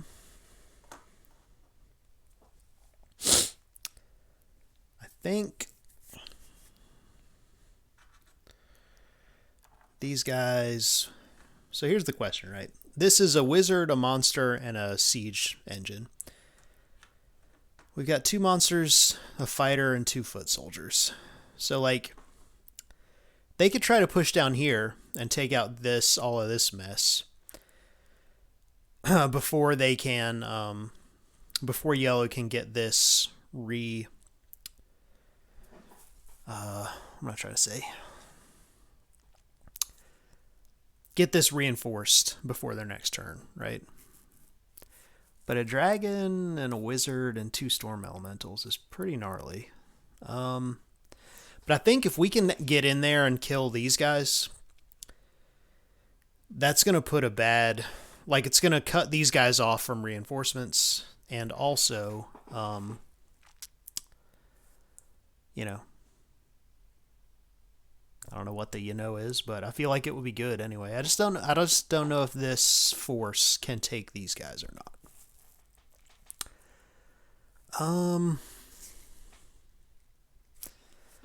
But I think we're going to find out, you know? Fortune favors the bold. We got monsters. I mean, what could possibly go wrong, you know? These guys are going to move up. Moving up. These guys are stuck way back behind the back lines.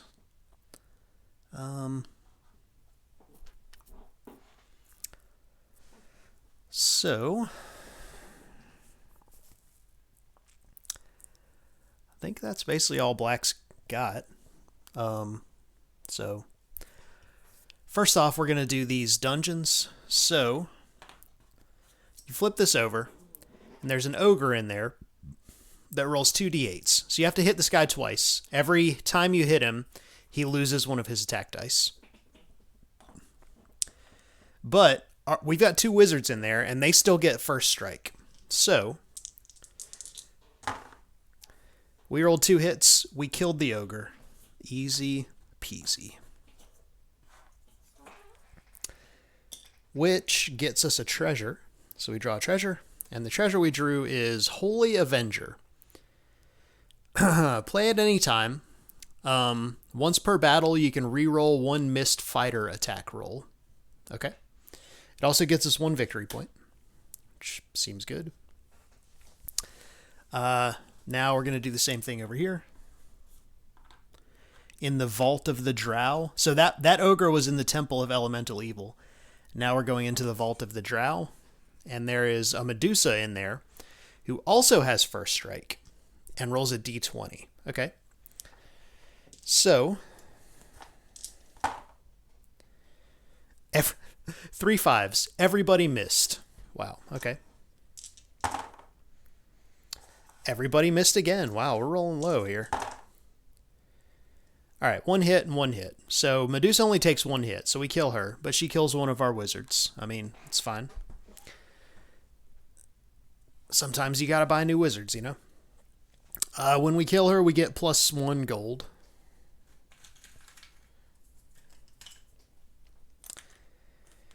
And that gets us another treasure, which says Rod of Resurrection. Play at any time. Once during your turn, when any of your heroes is destroyed, you can spend 1 gold to instead place the hero in any friendly space. It also gets us 1 victory point. That seems so good, though. Seems so good. And those will repopulate, but now that we've killed the monsters out of them, they're gonna have 2 monsters in them next time. Which is more monsters to have to kill. And you fight them all at the same time. So okay. So that was our dungeon delving. And we're up to 13 victory points for the evil alliance out of the required 20 victory points to win.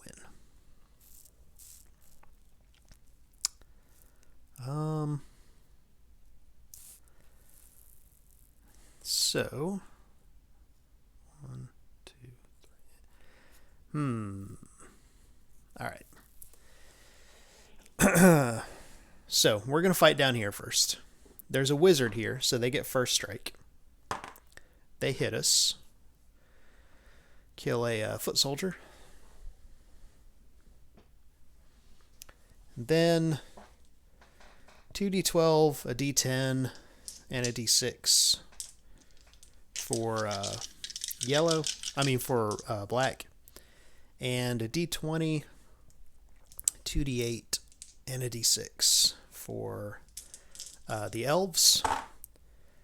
The elves get 2 hits, and Karkoth gets 1 hit. So the 1 hit is going to wound this dragon. 2 hits are going to kill these 2 guys, and this battle is not looking good. Oh, but I do get to re-roll this missed attack for the fighter. He hit that time, which is nice. Kills this foot soldier. And my hero dies, so I'm going to spend 1 gold to put him back on a friendly space.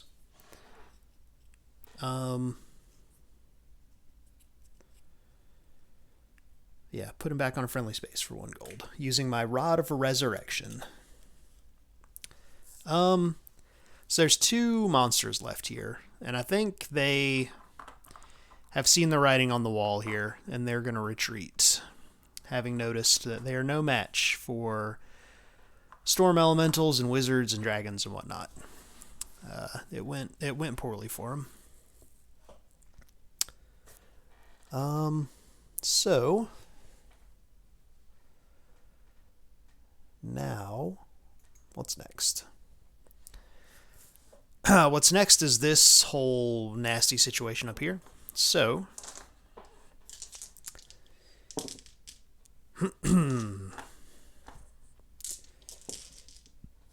what we've got is a dragon, storm elemental, 3 foot soldiers, 4 foot soldiers, and 2 siege engines. Attacking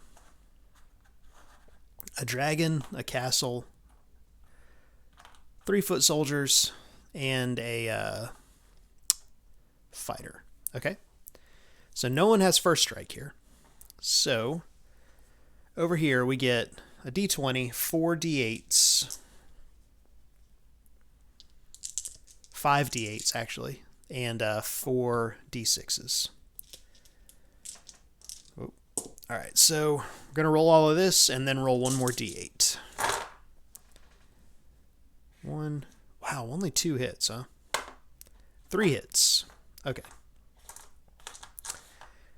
3 hits is going to wound this dragon and kill 2 of these foot soldiers. They all get to attack first, though. So it's a d20, a d10, 3 d6s, and another d20 for the castle. 2 hits, 3 hits.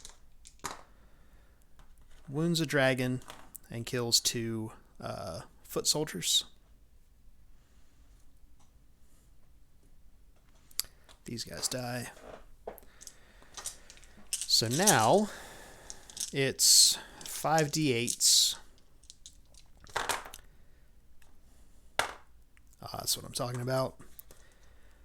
5d8s, 2d6s, and a d20. Wow, 6 hits. 1, 2, 3. All right, so that kills everything. They do get to attack back, though. So it's a d20, a d10, a d6, and another d20. 2, 3 hits. 1, 2, 3. All right. And that is looking mighty rough for the humans. Oh boy.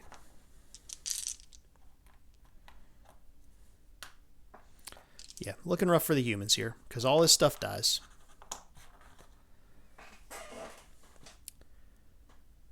Get out of here, dragon.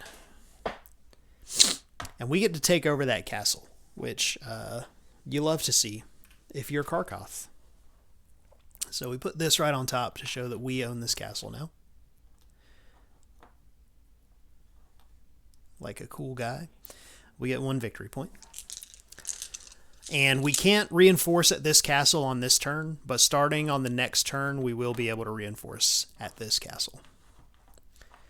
Which will let us push westward, hopefully, to do some nasty stuff to the humans, you know?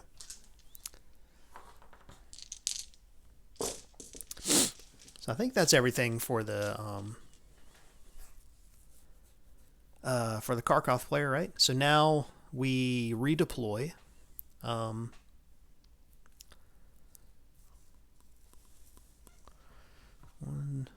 2, 3. So like this guy could go like 1, 2, 3, and then he could come up here and just start taking over these undefended spaces next turn. Which seems fine, you know? So maybe he does that, I guess. These guys get spit out of our dungeons. The dungeons get refilled. This time with 2 monsters each. You still only get 1 treasure, but they get harder after you harvest them the first time, you know. And then we get to reinforce. So we've got, I think we had $19, right? So we've got $20 because we got an extra $1 from killing Medusa. So we've got $20. What is $20 buying us? I mean, we've got 3 dragons left, so I feel like probably 3 dragons. Seems like a good amount of dragons. Well, actually, let's... So that's 1, 2, 3. So that's 9. We've got $11 left. I think these wizards should be able to kill these dungeons again next turn and just basically just harvest them for points, you know. So that is $9. We've got $11 left, which looks a lot like 2 dragons to me. Yeah. 2 dragons up here. Because dragons, you know. Because they can... That's going to give us a pretty formidable force to be able to push back down through here next turn. Oh, it leaves us 1 more $1. So, like, we'll buy a foot soldier somewhere. Because why wouldn't you, you know? All right, then we get to redeploy. So This guy's going to come over here. 1, 2. These two guys are going to come down here.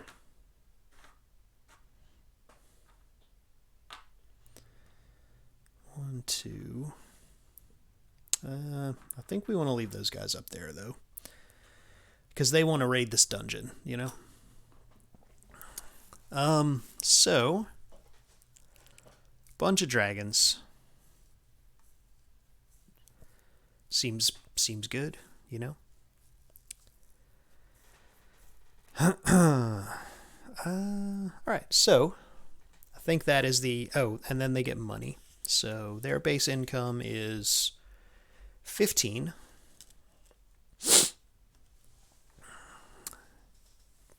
Does anyone control any of their starting lands? I don't think anyone does, honestly. So 15, 16, 17.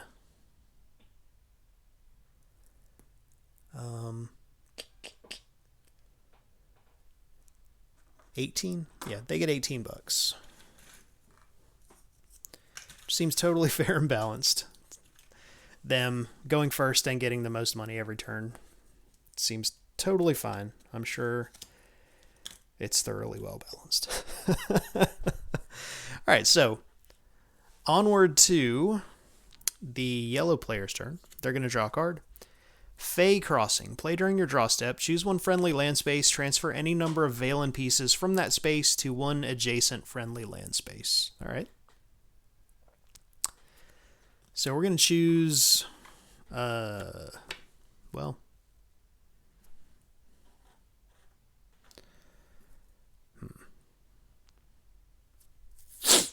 We're going to choose this space. And warp all of these guys right here.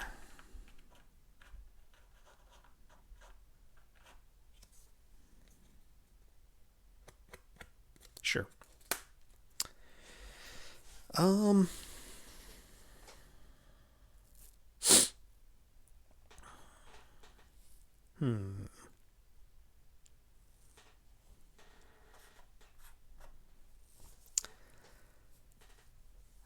Woof. Okay. So I guess the question now is, what are they trying to do, right? I think their main objective here is to kill all these dragons. So all these guys can move too. So they're all moving up here into this space with all these dragons.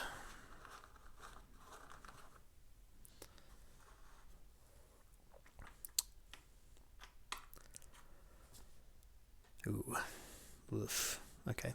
And then what's going on down here, I guess, is the next part of the question.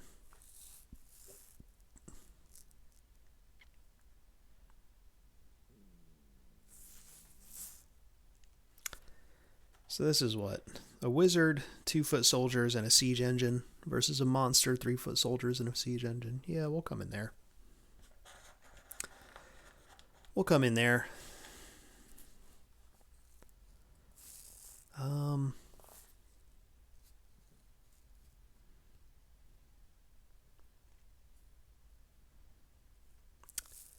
Will we come in there? I guess.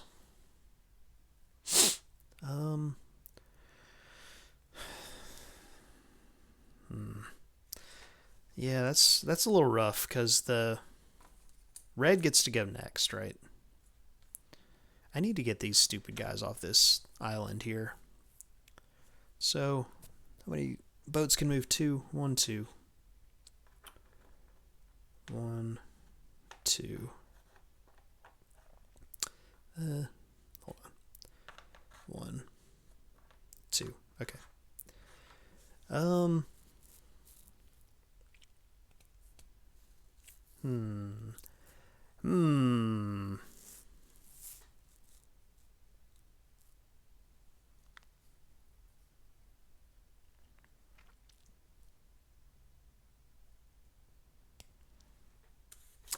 All right. Honestly, I think that's all they've got, you know? Like, they need to get some reinforcements, basically. All right, so they're going to play Silverclaw Barbarians. says add one Valen fighter and one Valen foot soldier to a battle.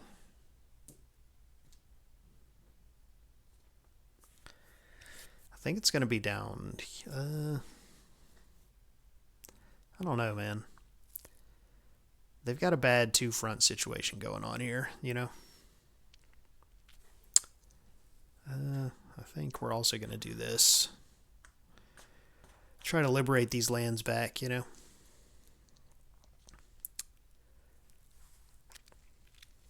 So maybe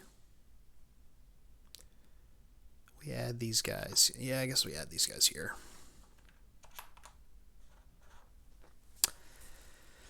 All right.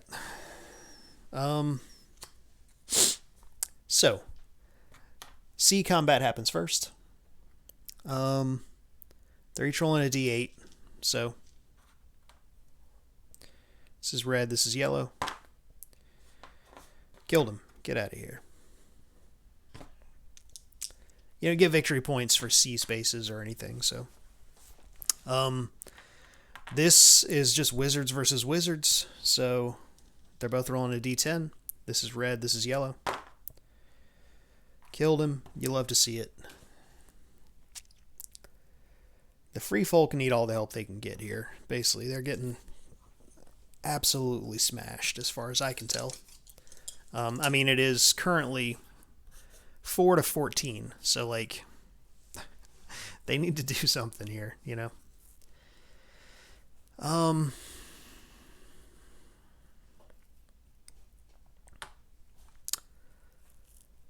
So what next? All right, this fight happens next. So it's a d10 versus a d6. Both miss. Both hit. Okay. That does liberate this, though.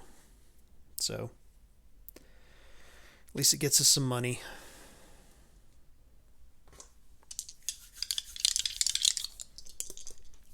Alright, so now we've got two big fights. So we'll do this one first. What do we got in there? A monster, a siege engine, 4 foot soldiers, and a hero. We need 3 hits. 1, 2, 3. Wow, just. Okay, so we killed the stuff that's in there. They do get to attack. They rolled 1 hit. Kill a foot soldier.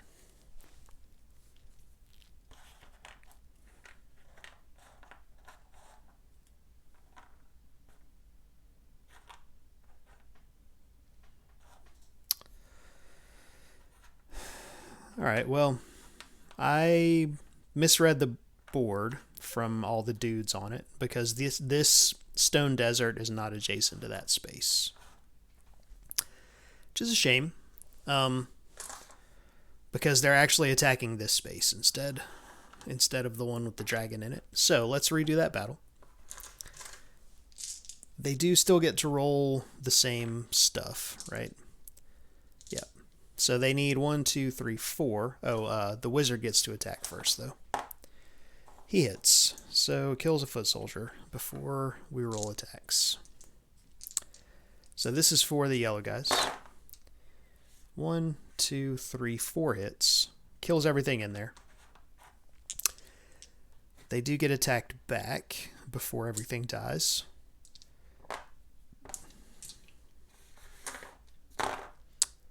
All misses. Okay. Well, still worked out all right. Kill all these guys.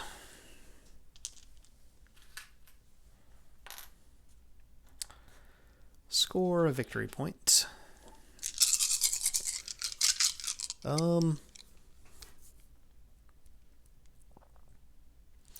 Yeah, maybe the balance of this game is that evil comes on really strong and then the free people can fight back. Maybe. I mean, that's just a guess.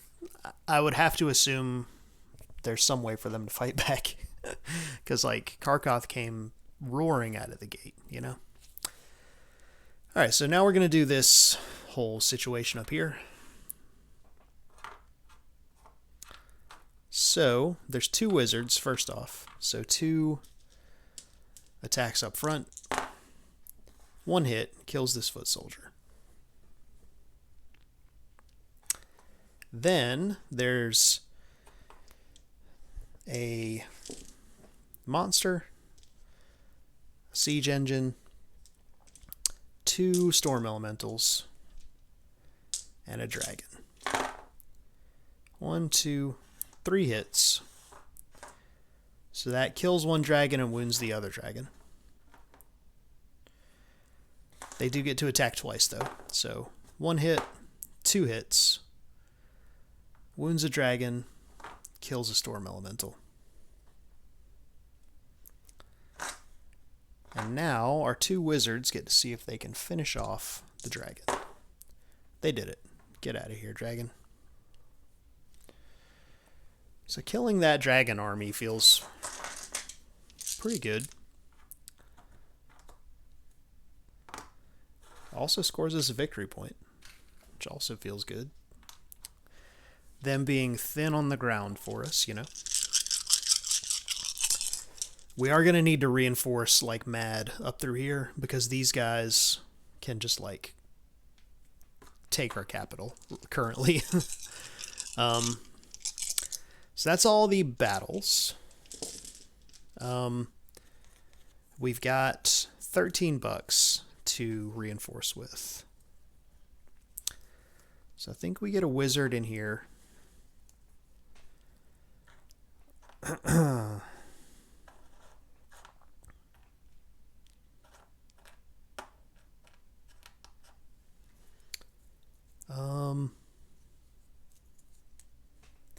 Oh, you know what? No, that happened after movement. Sorry. Actually, this guy moved in here. These guys could have moved here and gotten off of this island, so they're going to have done that. And this guy comes up here.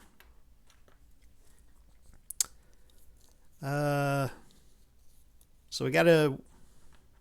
Okay, so that ends up like that. We've got 13 bucks. It's like we need to do something here. I don't know what, but we need to do something bad. So that's 6.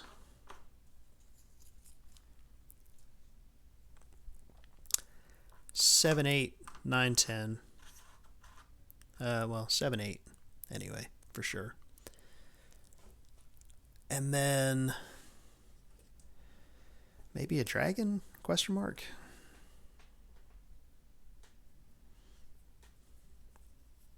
Whoop. Yeah, we'll reinforce with a dragon down here. 1, 2, 3. So the dragon comes up here. These guys end up like this.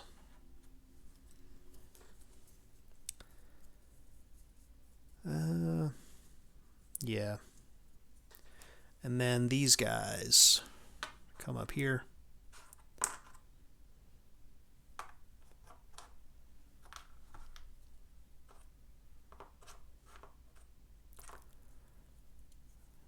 I don't know. Something like that. Yeah, sure. Seems fine. Then they get money. Let me see. Base income of 13.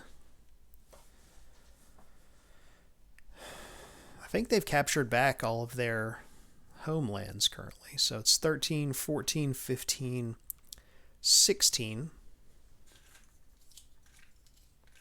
Seems fine. All right. Onward to the red player. They drew a fireball. 6 attack dice equal to the number of enemy pieces in the space. Wow, okay. Alright, so they drew a pretty cool spell. Wow,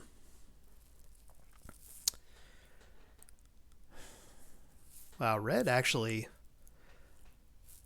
got kind of beat up over the last couple of turns. Like I feel like black is kind of doing well, and red got kind of beat up, especially like down here. They've got all this stuff on this central peninsula, and it's like not doing them anything right now, you know? So, 1, 2.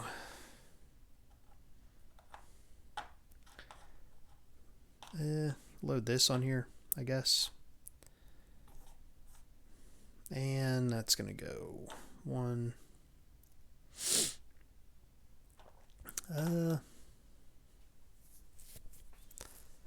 Yeah, I don't know. How much does a castle cost, I guess, is a question. Castle costs $4. So, like, they could build another castle in the middle here. Or probably, like, more over here. And, like, send reinforcements down this way, maybe. Or, like, build a castle up here. Come down this way, maybe. I don't know. They'll have to see about that, I guess. So the main situation here is like this. I don't think they're going to be able to do anything about this. They're just going to have to strongly reinforce here. And here, honestly. Like, I don't... It might just be a rebuilding year for these guys. Because, like, I feel like they're just going to get stomped if they don't consolidate back to where they were, you know?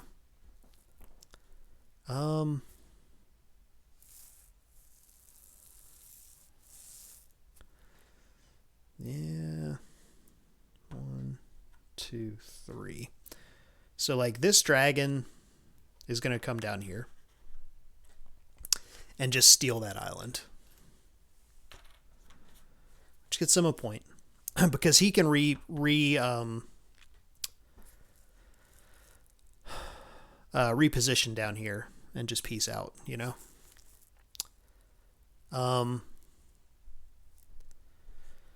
I think all of these dudes just fall back because things got bad. Things got bad for red. And, like, this boat can send reinforcements down from the island in the middle next turn, I guess. But, like, for now, things are just bad for red. So, what do you guys think out there? Who do you think's going to pull this one out? I mean, it's going to be hard pressed for the Free People to come back from a 9-point deficit currently, but, you know. I mean, yellow is poised to, like, we got a real nasty pincer attack going on here, you know, so.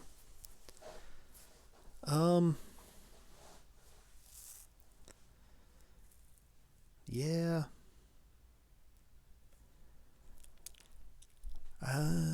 Like, I could send this wizard over here to just try his luck. I think maybe we do that, honestly. Just see if we can find something good by surviving that dungeon. Like, we'll probably get killed, but, you know, gotta take your shots while you can, I guess. Alright, so that's basically all red's got. So we're gonna flip this over. It is skeletons. So we roll first attack and hit them. They roll 1d6 at us. Oh my goodness, they killed us. Okay, well, that's a real shame. I feel like we had as good a shot against those guys as we had against anything. This guy is going to reposition over here. And we're just going to buy reinforcements. Ooh. Alright, so we had this fireball attack, which would let us roll an extra d6 against this skeleton. So maybe we'll see if we can kill it. Oh my goodness. Look at that. We rolled a 6. Incredible. The Tomb of Horrors hold no horrors for us. So we get a treasure. Just 1 victory point. Your hero's move increases to 3. I mean, the horseshoes of speed. Okay, I mean, that seems really good. Welcome in, you guys. We got a hot game of Conquest of Nerath going here. Nerath. I'm not sure how that's supposed to be pronounced. Currently, the evil alliance of the black and red teams are leading 16-6. So we'll see. We'll see if the free peoples can pull it back a little bit here. If I were a betting man, I would say it's not looking great for them, but you know, we'll see what they can do. All right, so they've got $17 to reinforce down here and try to hold their position because it got bad, basically. So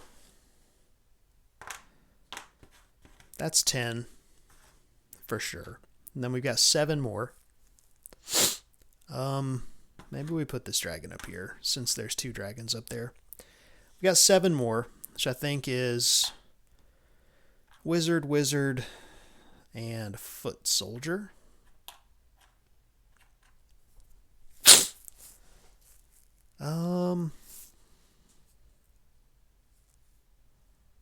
Yep. All right. I think that's what they're gonna do. Oh, and this guy repositions out of here to here. I don't think he can conquer this as part of repositioning, even though there's not anybody there. Let me actually check that. Because if he can, I mean, like, that's a free victory point, right? Let me see.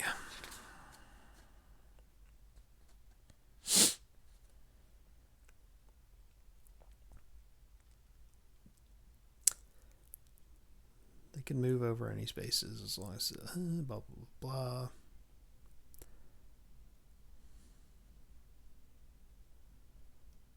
Now, it has to be a friendly land space. Okay, so. But, like, he can definitely just walk in there next turn and take that over. Seems good for him. Okay, so onward to the humans' turn. They draw a card. Test of battle. Play at the end of a battle. Remove up to 3 Nerath foot soldiers that survived the battle. Then add an equal number of Nerath fighters to that space. All right. All right.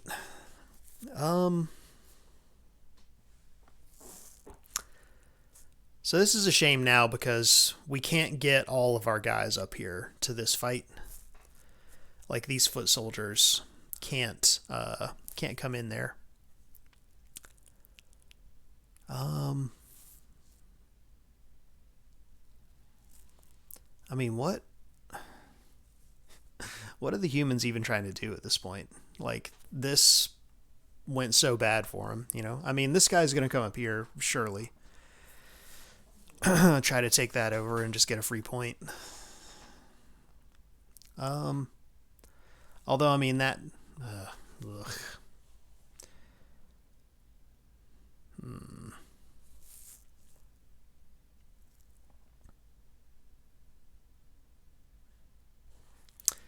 I think we just move up here and get a point for taking that over. Go 1, 2, 1.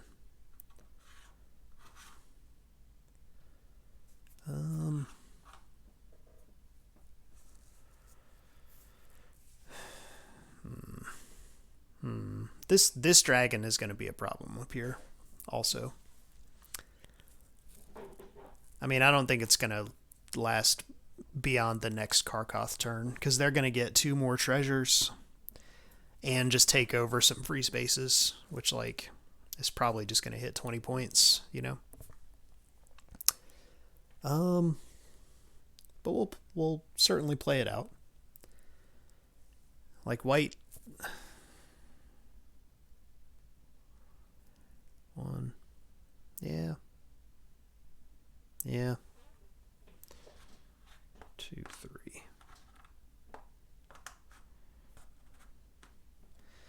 So they move in there, take that over, and score a victory point.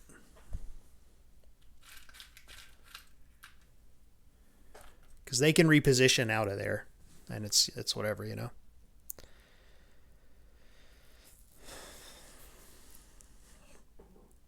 they actually do that and get another victory point.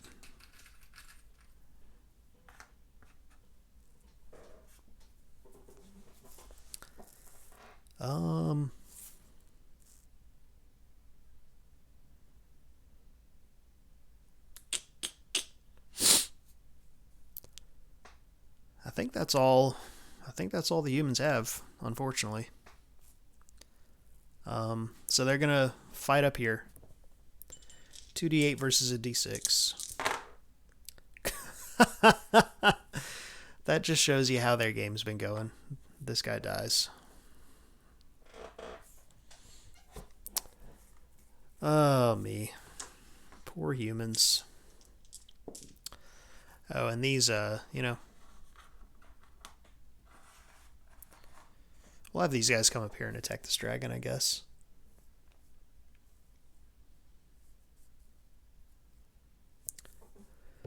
Because we would really like to get rid of that dragon. They roll d8s. Dragon rolls a d20. We need 2 hits on him. We got 1 hit.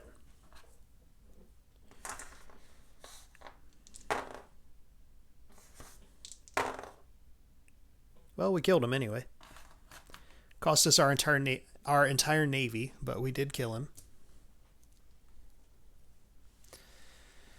But, like, that's good because he was about to get in here and just take over our entire backfield, basically. Oh, you know what? This guy will come up here also. Because if he can kill this guy, it's going to kill those 2 units also. So this is red, this is white. Well, our navy is great against dragons, not so much against other boats, I guess. Alright, so these guys reconvene up here.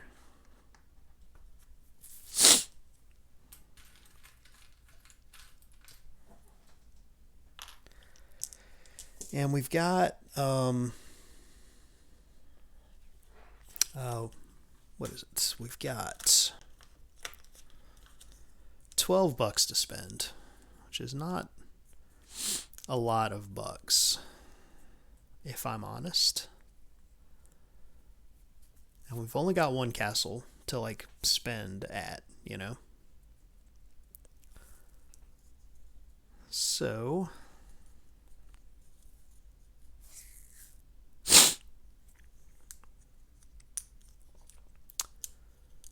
what are we doing with 12 bucks?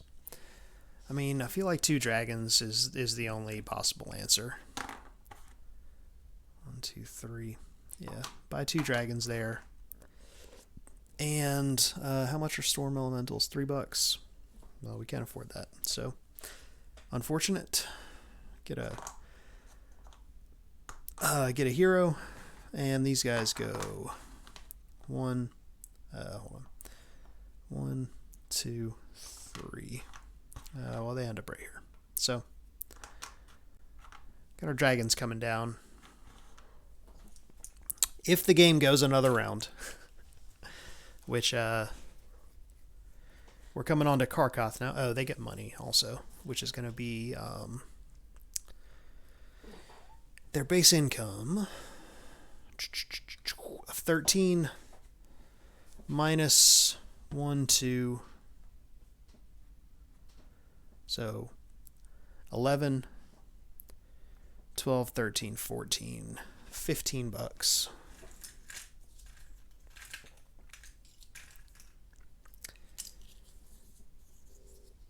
All right. Karkoth draws a card. Rampage. Play during your draw step. Choose 1 enemy land space. Roll d12 attack dice against that space equal to the number of Karkoth monsters in all land spaces adjacent to it. Wow. Okay. So we're going to choose this one and roll 2d12 against it.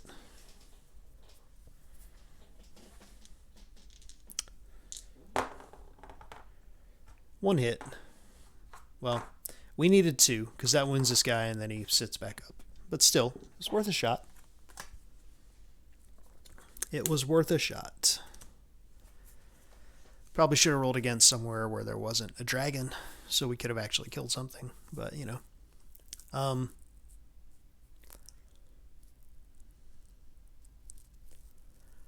All right. So we need 1, 2, 3, 4 points to win. These guys come up here. These guys come here. This guy walks in here and takes this over for free, scoring us a victory point.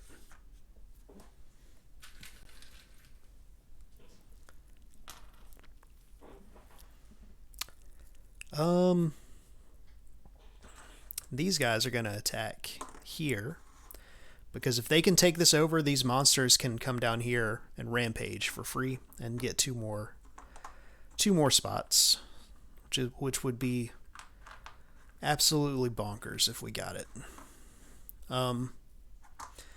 But also, hopefully, these wizards will just score us enough points to win, you know? So this storm elemental is going to go 1, 2, 3. Come over here.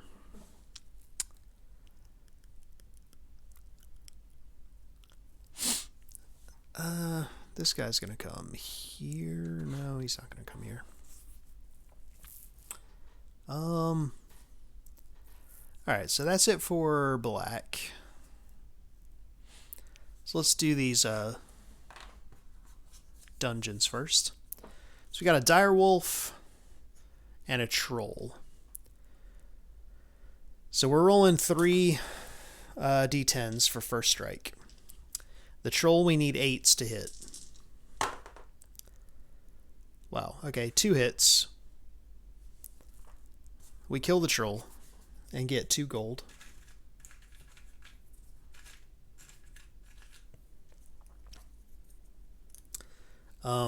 The direwolf attacks us, killing one of our wizards. Then we roll 2d10 against him. We kill him.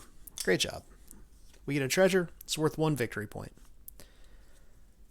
Play at the start of battle or play at the end of a game round. We'll play it at the start of that battle. Our storm elementals gain first strike. Sure, why not? Seems totally fair. Now we'll do this dungeon. Black Pudding and Drow Raiders. So we need 7 pluses to hit on them. So we're rolling 3 d10s. 2 hits is going to take a 6 and a 10 off of each of them.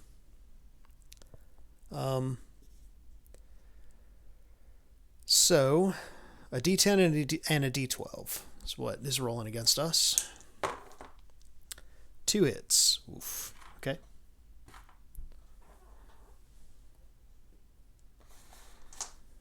Need a hit here. That ain't a hit. Alright, well, we have failed to take over the Vault of the Drow, which is a shame. So we need 2 more points. We're going to attack up here first. Our guys have first strike now, so he rolls a d8. He missed. The other guy missed. Miss. Miss. Miss. Miss. Miss. Miss. I mean, someone's going to hit eventually. Hey, there's a hit. Okay. Kill this guy. Take this over, score 1 victory point. Now we're doing this fight down here.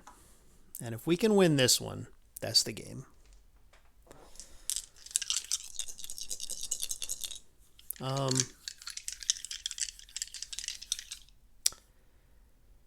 Alright, so they've got 2 wizards.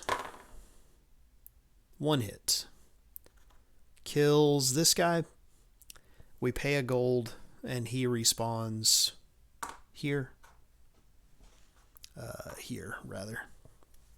Because of our treasure. Then, 2d6s and 2d12s. Wow, everybody missed. Okay. 2 hits. That is sad. It was a good plan. But, you know, didn't work out for us. So red's going to have to, I mean, all right, so here's the thing, right? Red wins on their turn because this guy walks in here and that's it. So, like we could play yellow's turn out, but 1, 2, 3, 4, 5, 6. 1, 2, 3, 4, 5, 6, 7, 8, 9, 10. They need 11 points this turn to win. And I don't see yellow getting 11 points.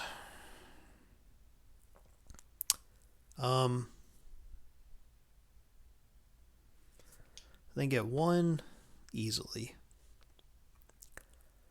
2, 3, 4. They might be able to get 9. Wow, they might be able to get 9, huh?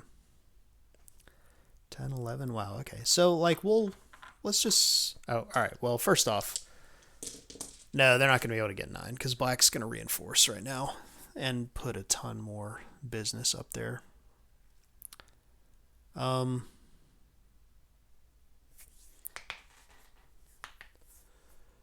So, we'll play out yellow's turn and just see what they can do. Black's going to reinforce first. 10, 15, 16, 17, 18. They've got 19 bucks. Oh, and this gets 2 more monsters in it. 19 bucks, huh? All right, well, that's 15.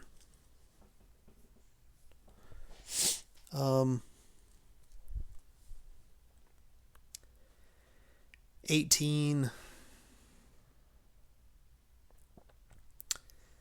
19. Okay, so all this stuff shows up here, and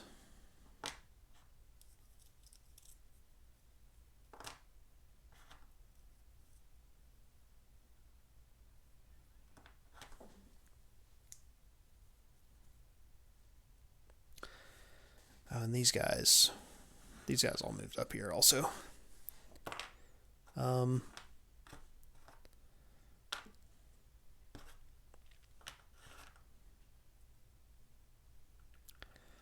right, so that made the dream a little less possible for our friends on the our friends on the yellow team. But actually, maybe they want to leave this guy here. Well, no, it's fine. That's what we did. And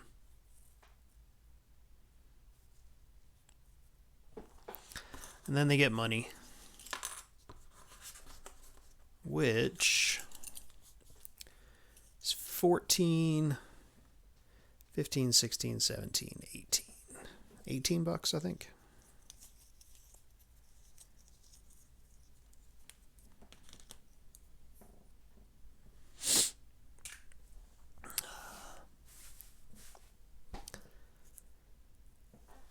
All right, so yellow needs us to score. Yellow needs to conquer someone's capital, basically, right now. Like they might be able to do, honestly. Yeah, I mean, all these guys come in here. Hey, guys.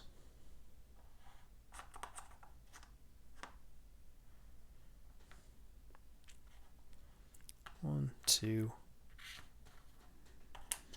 All these guys get out. This guy gets out here. This guy gets out here.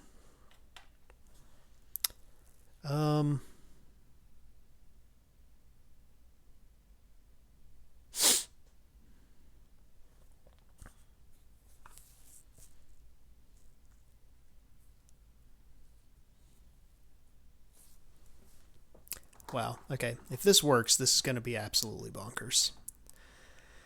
So this dragon goes 1, 2, 3 and flies up to this castle.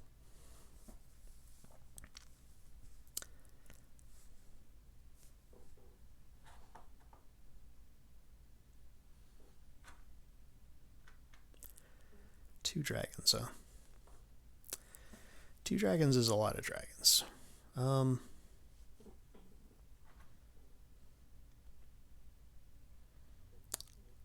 These guys are here. 1, 2.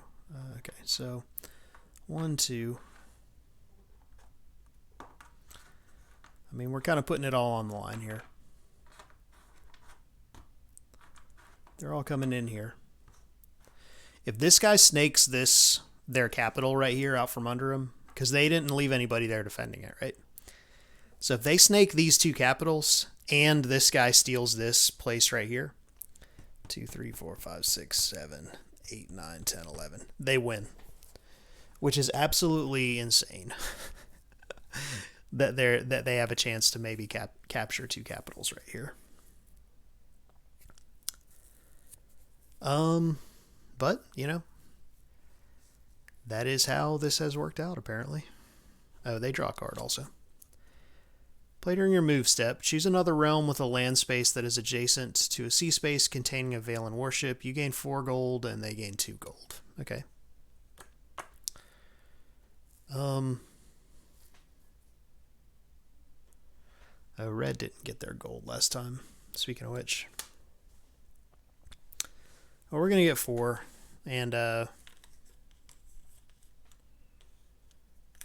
well, we can't actually do that because we're not adjacent to anybody. Well, okay, no, we can. We get 4, and red gets 2.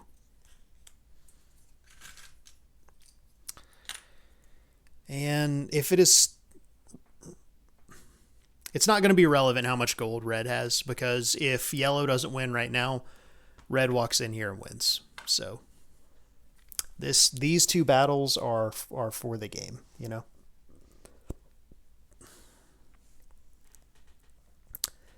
So let's do the battles.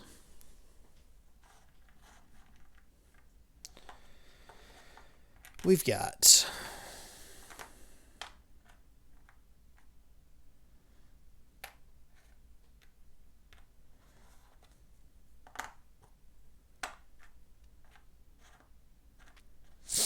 line them all up here, fancy.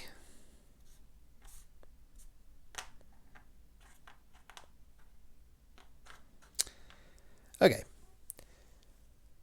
So down here, we've got 3 foot soldiers. Well, all right. Each side has 1 warrior first, or 1 wizard first off. So this is red, this is yellow. Both hit. They're both going to wound their dragon. It's fine. Then, yellow's got 3 foot soldiers, an attacking siege engine, a warrior, a dragon, and a monster. So 1, 2, 3, 4, 5, 6. They need 6 hits. 1. They got 2 hits, which is a less good amount than they needed.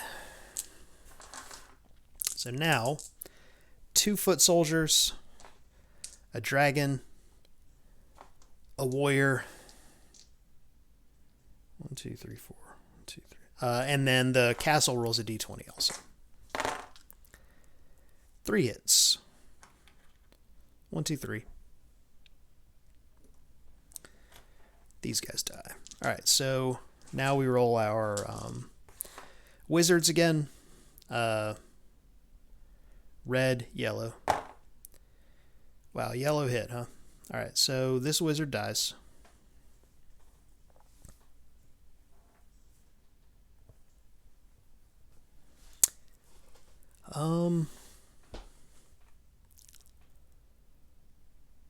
Now we roll everything else. So a d10 and 2 d20s for red. 1, 2 hits. Just probably like that guy and that guy.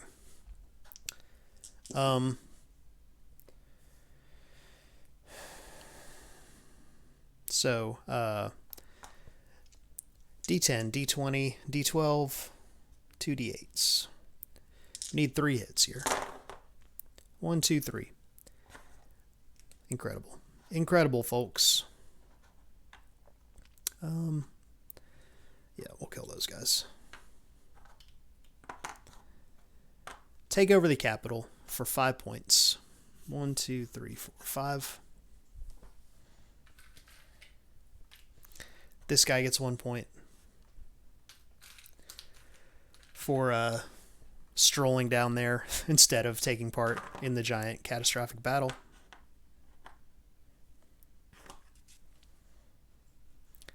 You know he's loving his assignment.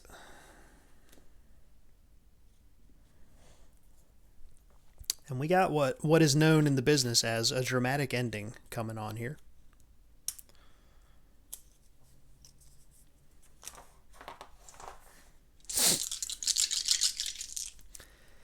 All right, so now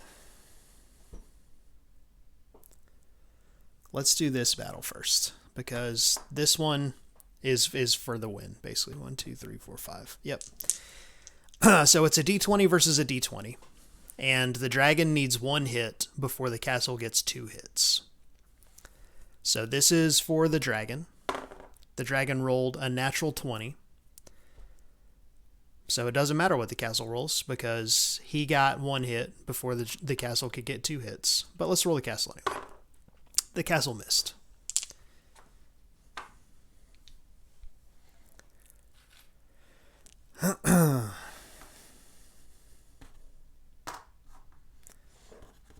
One, 2, 3, 4, 5. And that, my friends, is what you call a totally insane ending. Like, Karkoth not leaving anything here to defend this castle when the dragon could fly up over it and take it over. Like, they were gambling on taking over this. Like, here's the thing, right? If they had successfully killed these 2 guys, they would have gotten at least 1 more point, and they would be at 20 instead of 19. But them not taking this over, or not clearing out this dungeon that last turn, left a totally nuts opportunity for yellow to come back and score 11 points in 1 turn, which is absolutely nuts. But that's what happened. So, like, we could fight this battle here, but, you know, let me actually see. I think the game ends instantly, but I guess I should check that.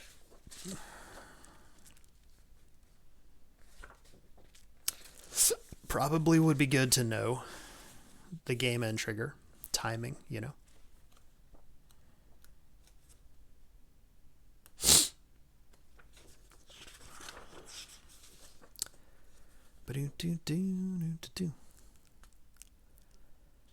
Ways to play. Blah, blah, blah. How to win. Victory conditions depend before starting. Yeah, 20 victory points at the end of a game round. So, turn or round, I guess, is the question.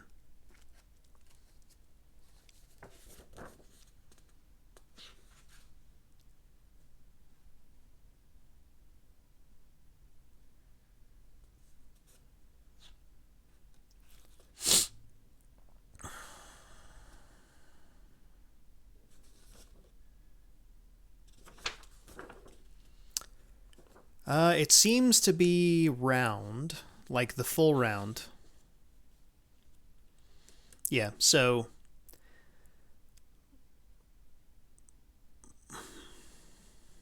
the Nerath player. Alright, so hold on. At the end of each game round, check to see if any player has reached the needed victory point total. If you have at least the required victory point total and have the most victory points, you win. If 2 or more players are tied, play another round and check the totals again. Okay, so. Alright, so it doesn't end instantly. So we do need to fight out this battle here.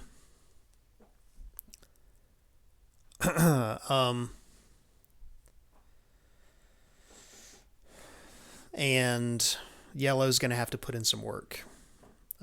and white's going to have to put in some work. So I don't know that that actually wins the game for yellow. Because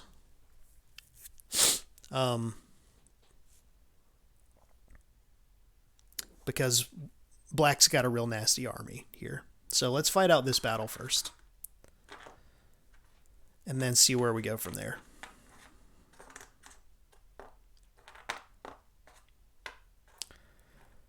Alright, 4 wizards.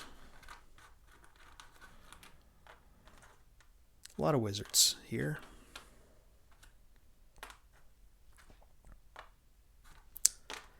Alright, so 4 wizards over here. We roll 4 d10s for first strike. 1, 2, 3, 4 hits for first strike. So 1, 2, 3, 4. I mean, that seems like a pretty good start. And they've got 1 wizard, so they roll 1. They miss. Okay. So now it's 2d8s, 3d8s, a d12, a d10,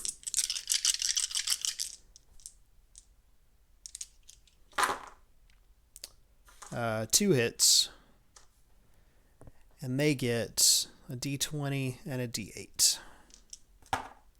1 hit. So that 1 hit is going to kill our siege engine. It's fine.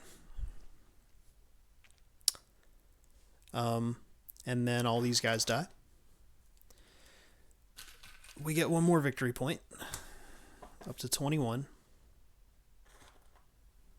These guys are all in here.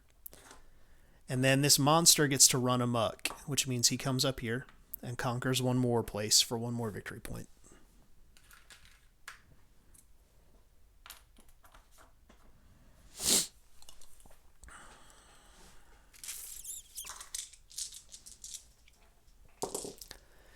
And we got a hot ending coming on here after what felt like an absolute runaway destruction.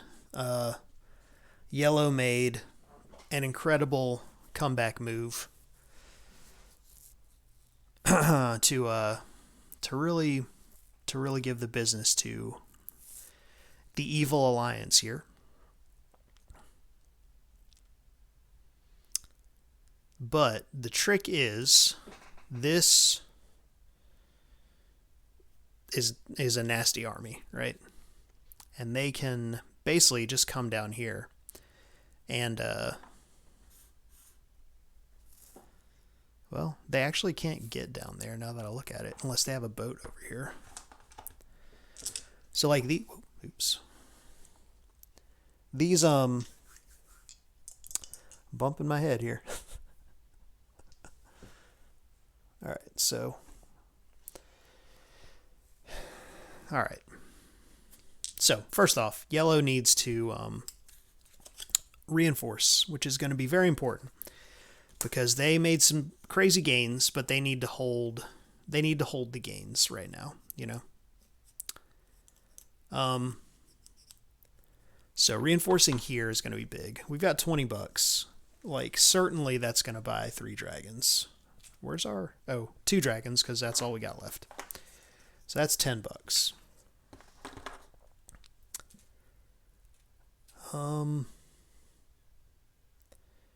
I mean, they're going to come here and here, I guess. 1, 2...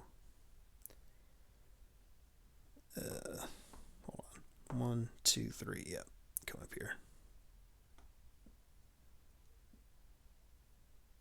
Ooh, okay. Actually got to come here because black needs to take over land, right? Like, they need to score points. Oh, black's not going to get to go again. Doesn't matter. All that matters now is red. So we don't need to reinforce over here at all. Unless red can tie it up. If red can tie it up, then well,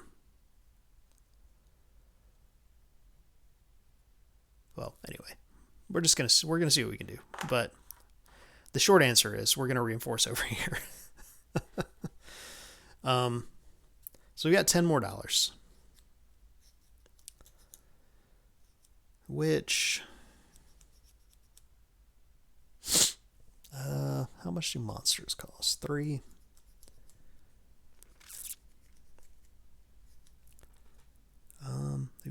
Ooh, though. Like, we could build another castle, right? $10.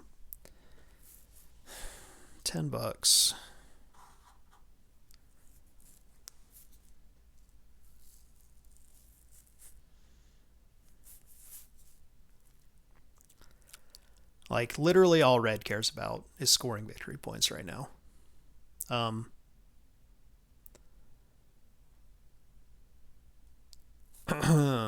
Specifically, they need 1, 2, 3. They need at least 4. Well, at least 3, and then white needs to not be able to score victory points. White's got a nasty bunch of stuff going on here. So, like, if they don't reinforce here enough, white can come down here and get and steal more stuff from them, basically. 10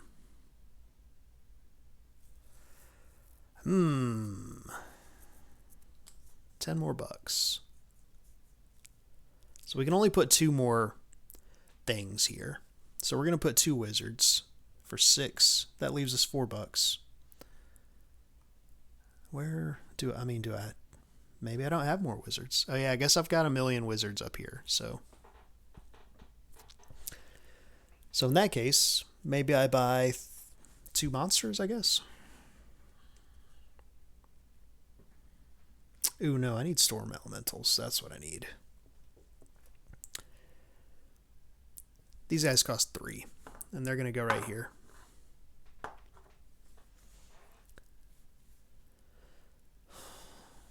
So now I've got $4 more, which is going to buy me a monster and a foot soldier. Monster, foot soldier. Put them in here. Now we can move these guys around. So this monster, this guy's going to go 1, 2, 3. I think maybe everyone else just stays there. Is that right?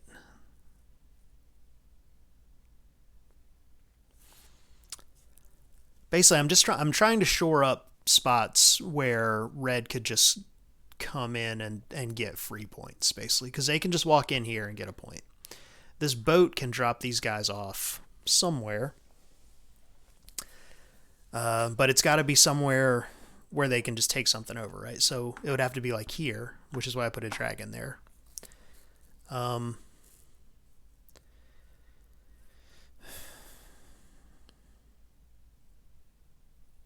It could be this.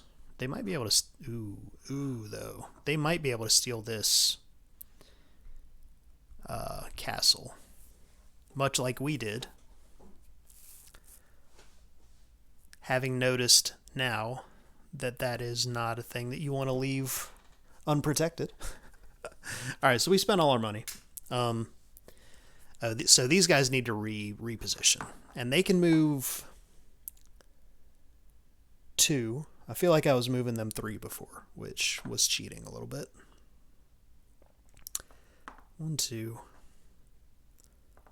Let me see. 1, 2, 3. Yeah. Okay.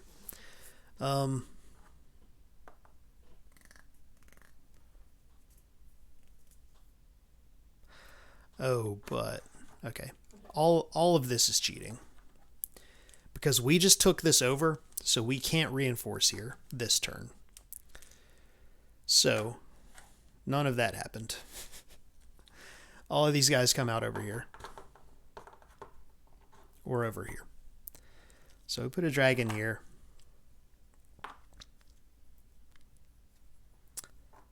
Put a dragon here. Put a foot soldier here, I guess. Yeah, I forgot you can't reinforce at castle that you took over that turn, or that you built that turn, basically. So, but here's the thing, even if red comes and takes this back, they don't get points for it. Like, they only get points for taking stuff over, you know?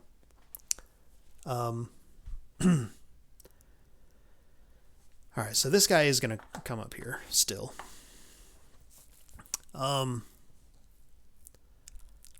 And 1, 2, 3. Yep. Okay. So I think that's the best we've got for yellow as far as reinforcements and stuff. So onward to red's turn. They're going to draw a card. Lightning Bolt. Play just before your wizard attacks. Roll 2 additional d10s. Seems fine. So, what can red do to steal victory points right now, basically? I mean, they're definitely going to go 1, 2, and drop these guys off here. Because they might be able to steal 5 victory points. Like, they're just like yellow just did here and here. Which, and this guy definitely walks in here. I mean, aside from that, I don't know if it makes sense to attack here because we don't get victory points for winning that fight, you know? I mean, it probably still makes sense, so then white can't just chunk all of this stuff down here, you know? So we'll come in.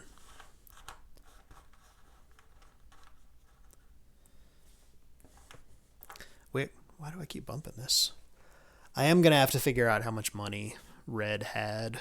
We're just going to say... We're just going to give them 15 bucks. It's probably something like that. Because they're going to get to buy reinforcements at the end of this turn, and then white's going to take, presumably, the final turn.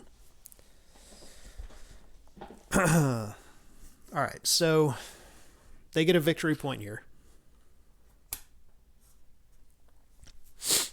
We're going to roll this stuff up here and see if red pulls some nannies. So this is for the castle. The castle hits. They all miss. Incredible. Kill that guy. Oh my goodness. That castle saved the day. 2 misses, 1 hit. Kills that guy. I can't believe that castle just stood. Man, we got a hot ending coming in here. So here's the thing now, right? Like, that was the game. It doesn't matter now if they win this because they don't get victory points for it. And then white goes, and white could maybe get another couple of victory points, but they're already winning with 22. So that's the game. Like, we could play out these last couple of battles and stuff, but like, it literally doesn't matter. The free people have triumphed, which is absolutely wild given how the first 9/10 of this game went. Yeah, this tactical error right here, letting the dragon sneak in and steal their capital, was like so huge. So yeah, that was Conquest of Nerath. It seems fun. I'm not 100% sold on the balance of it, honestly. Like, also, this was the short game to go to 20 points total. The long game is 30. So after white went this round, they would probably be at like 24 points. So it would be like, what, another 2 rounds till someone hit 30 points. Or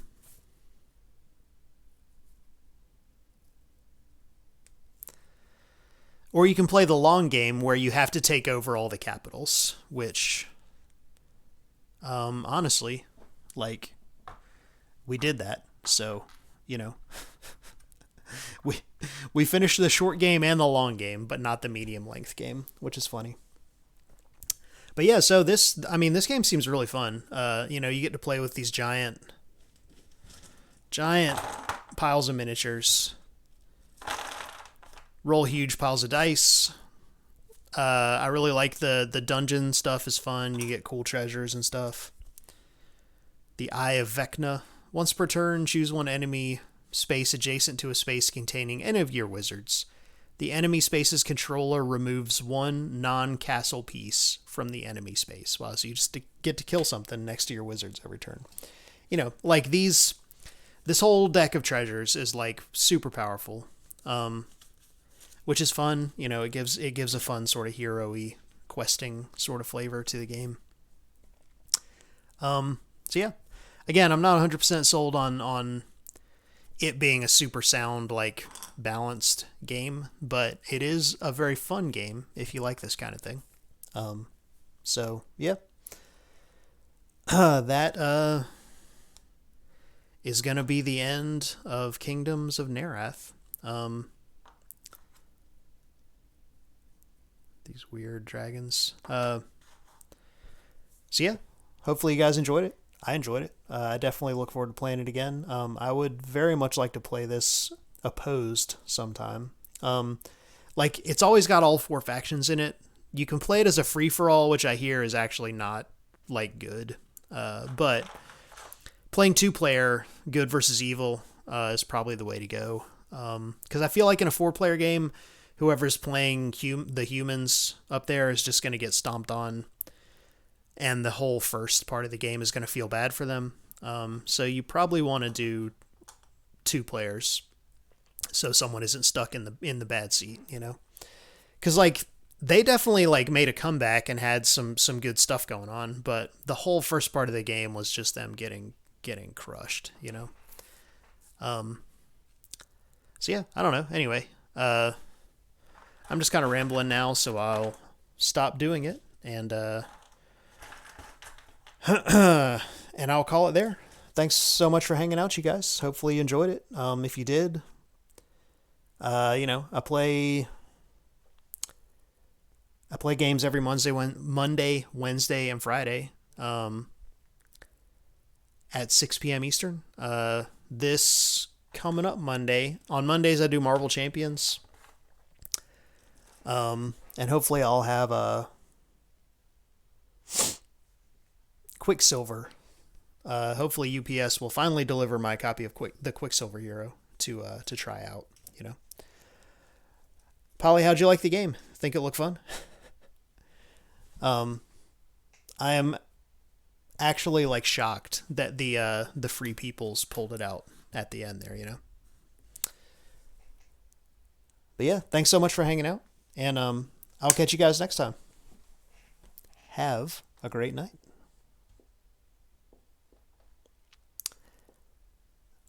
Yeah, it's definitely it's very akin to like Axis and Allies. So if you like that kind of thing.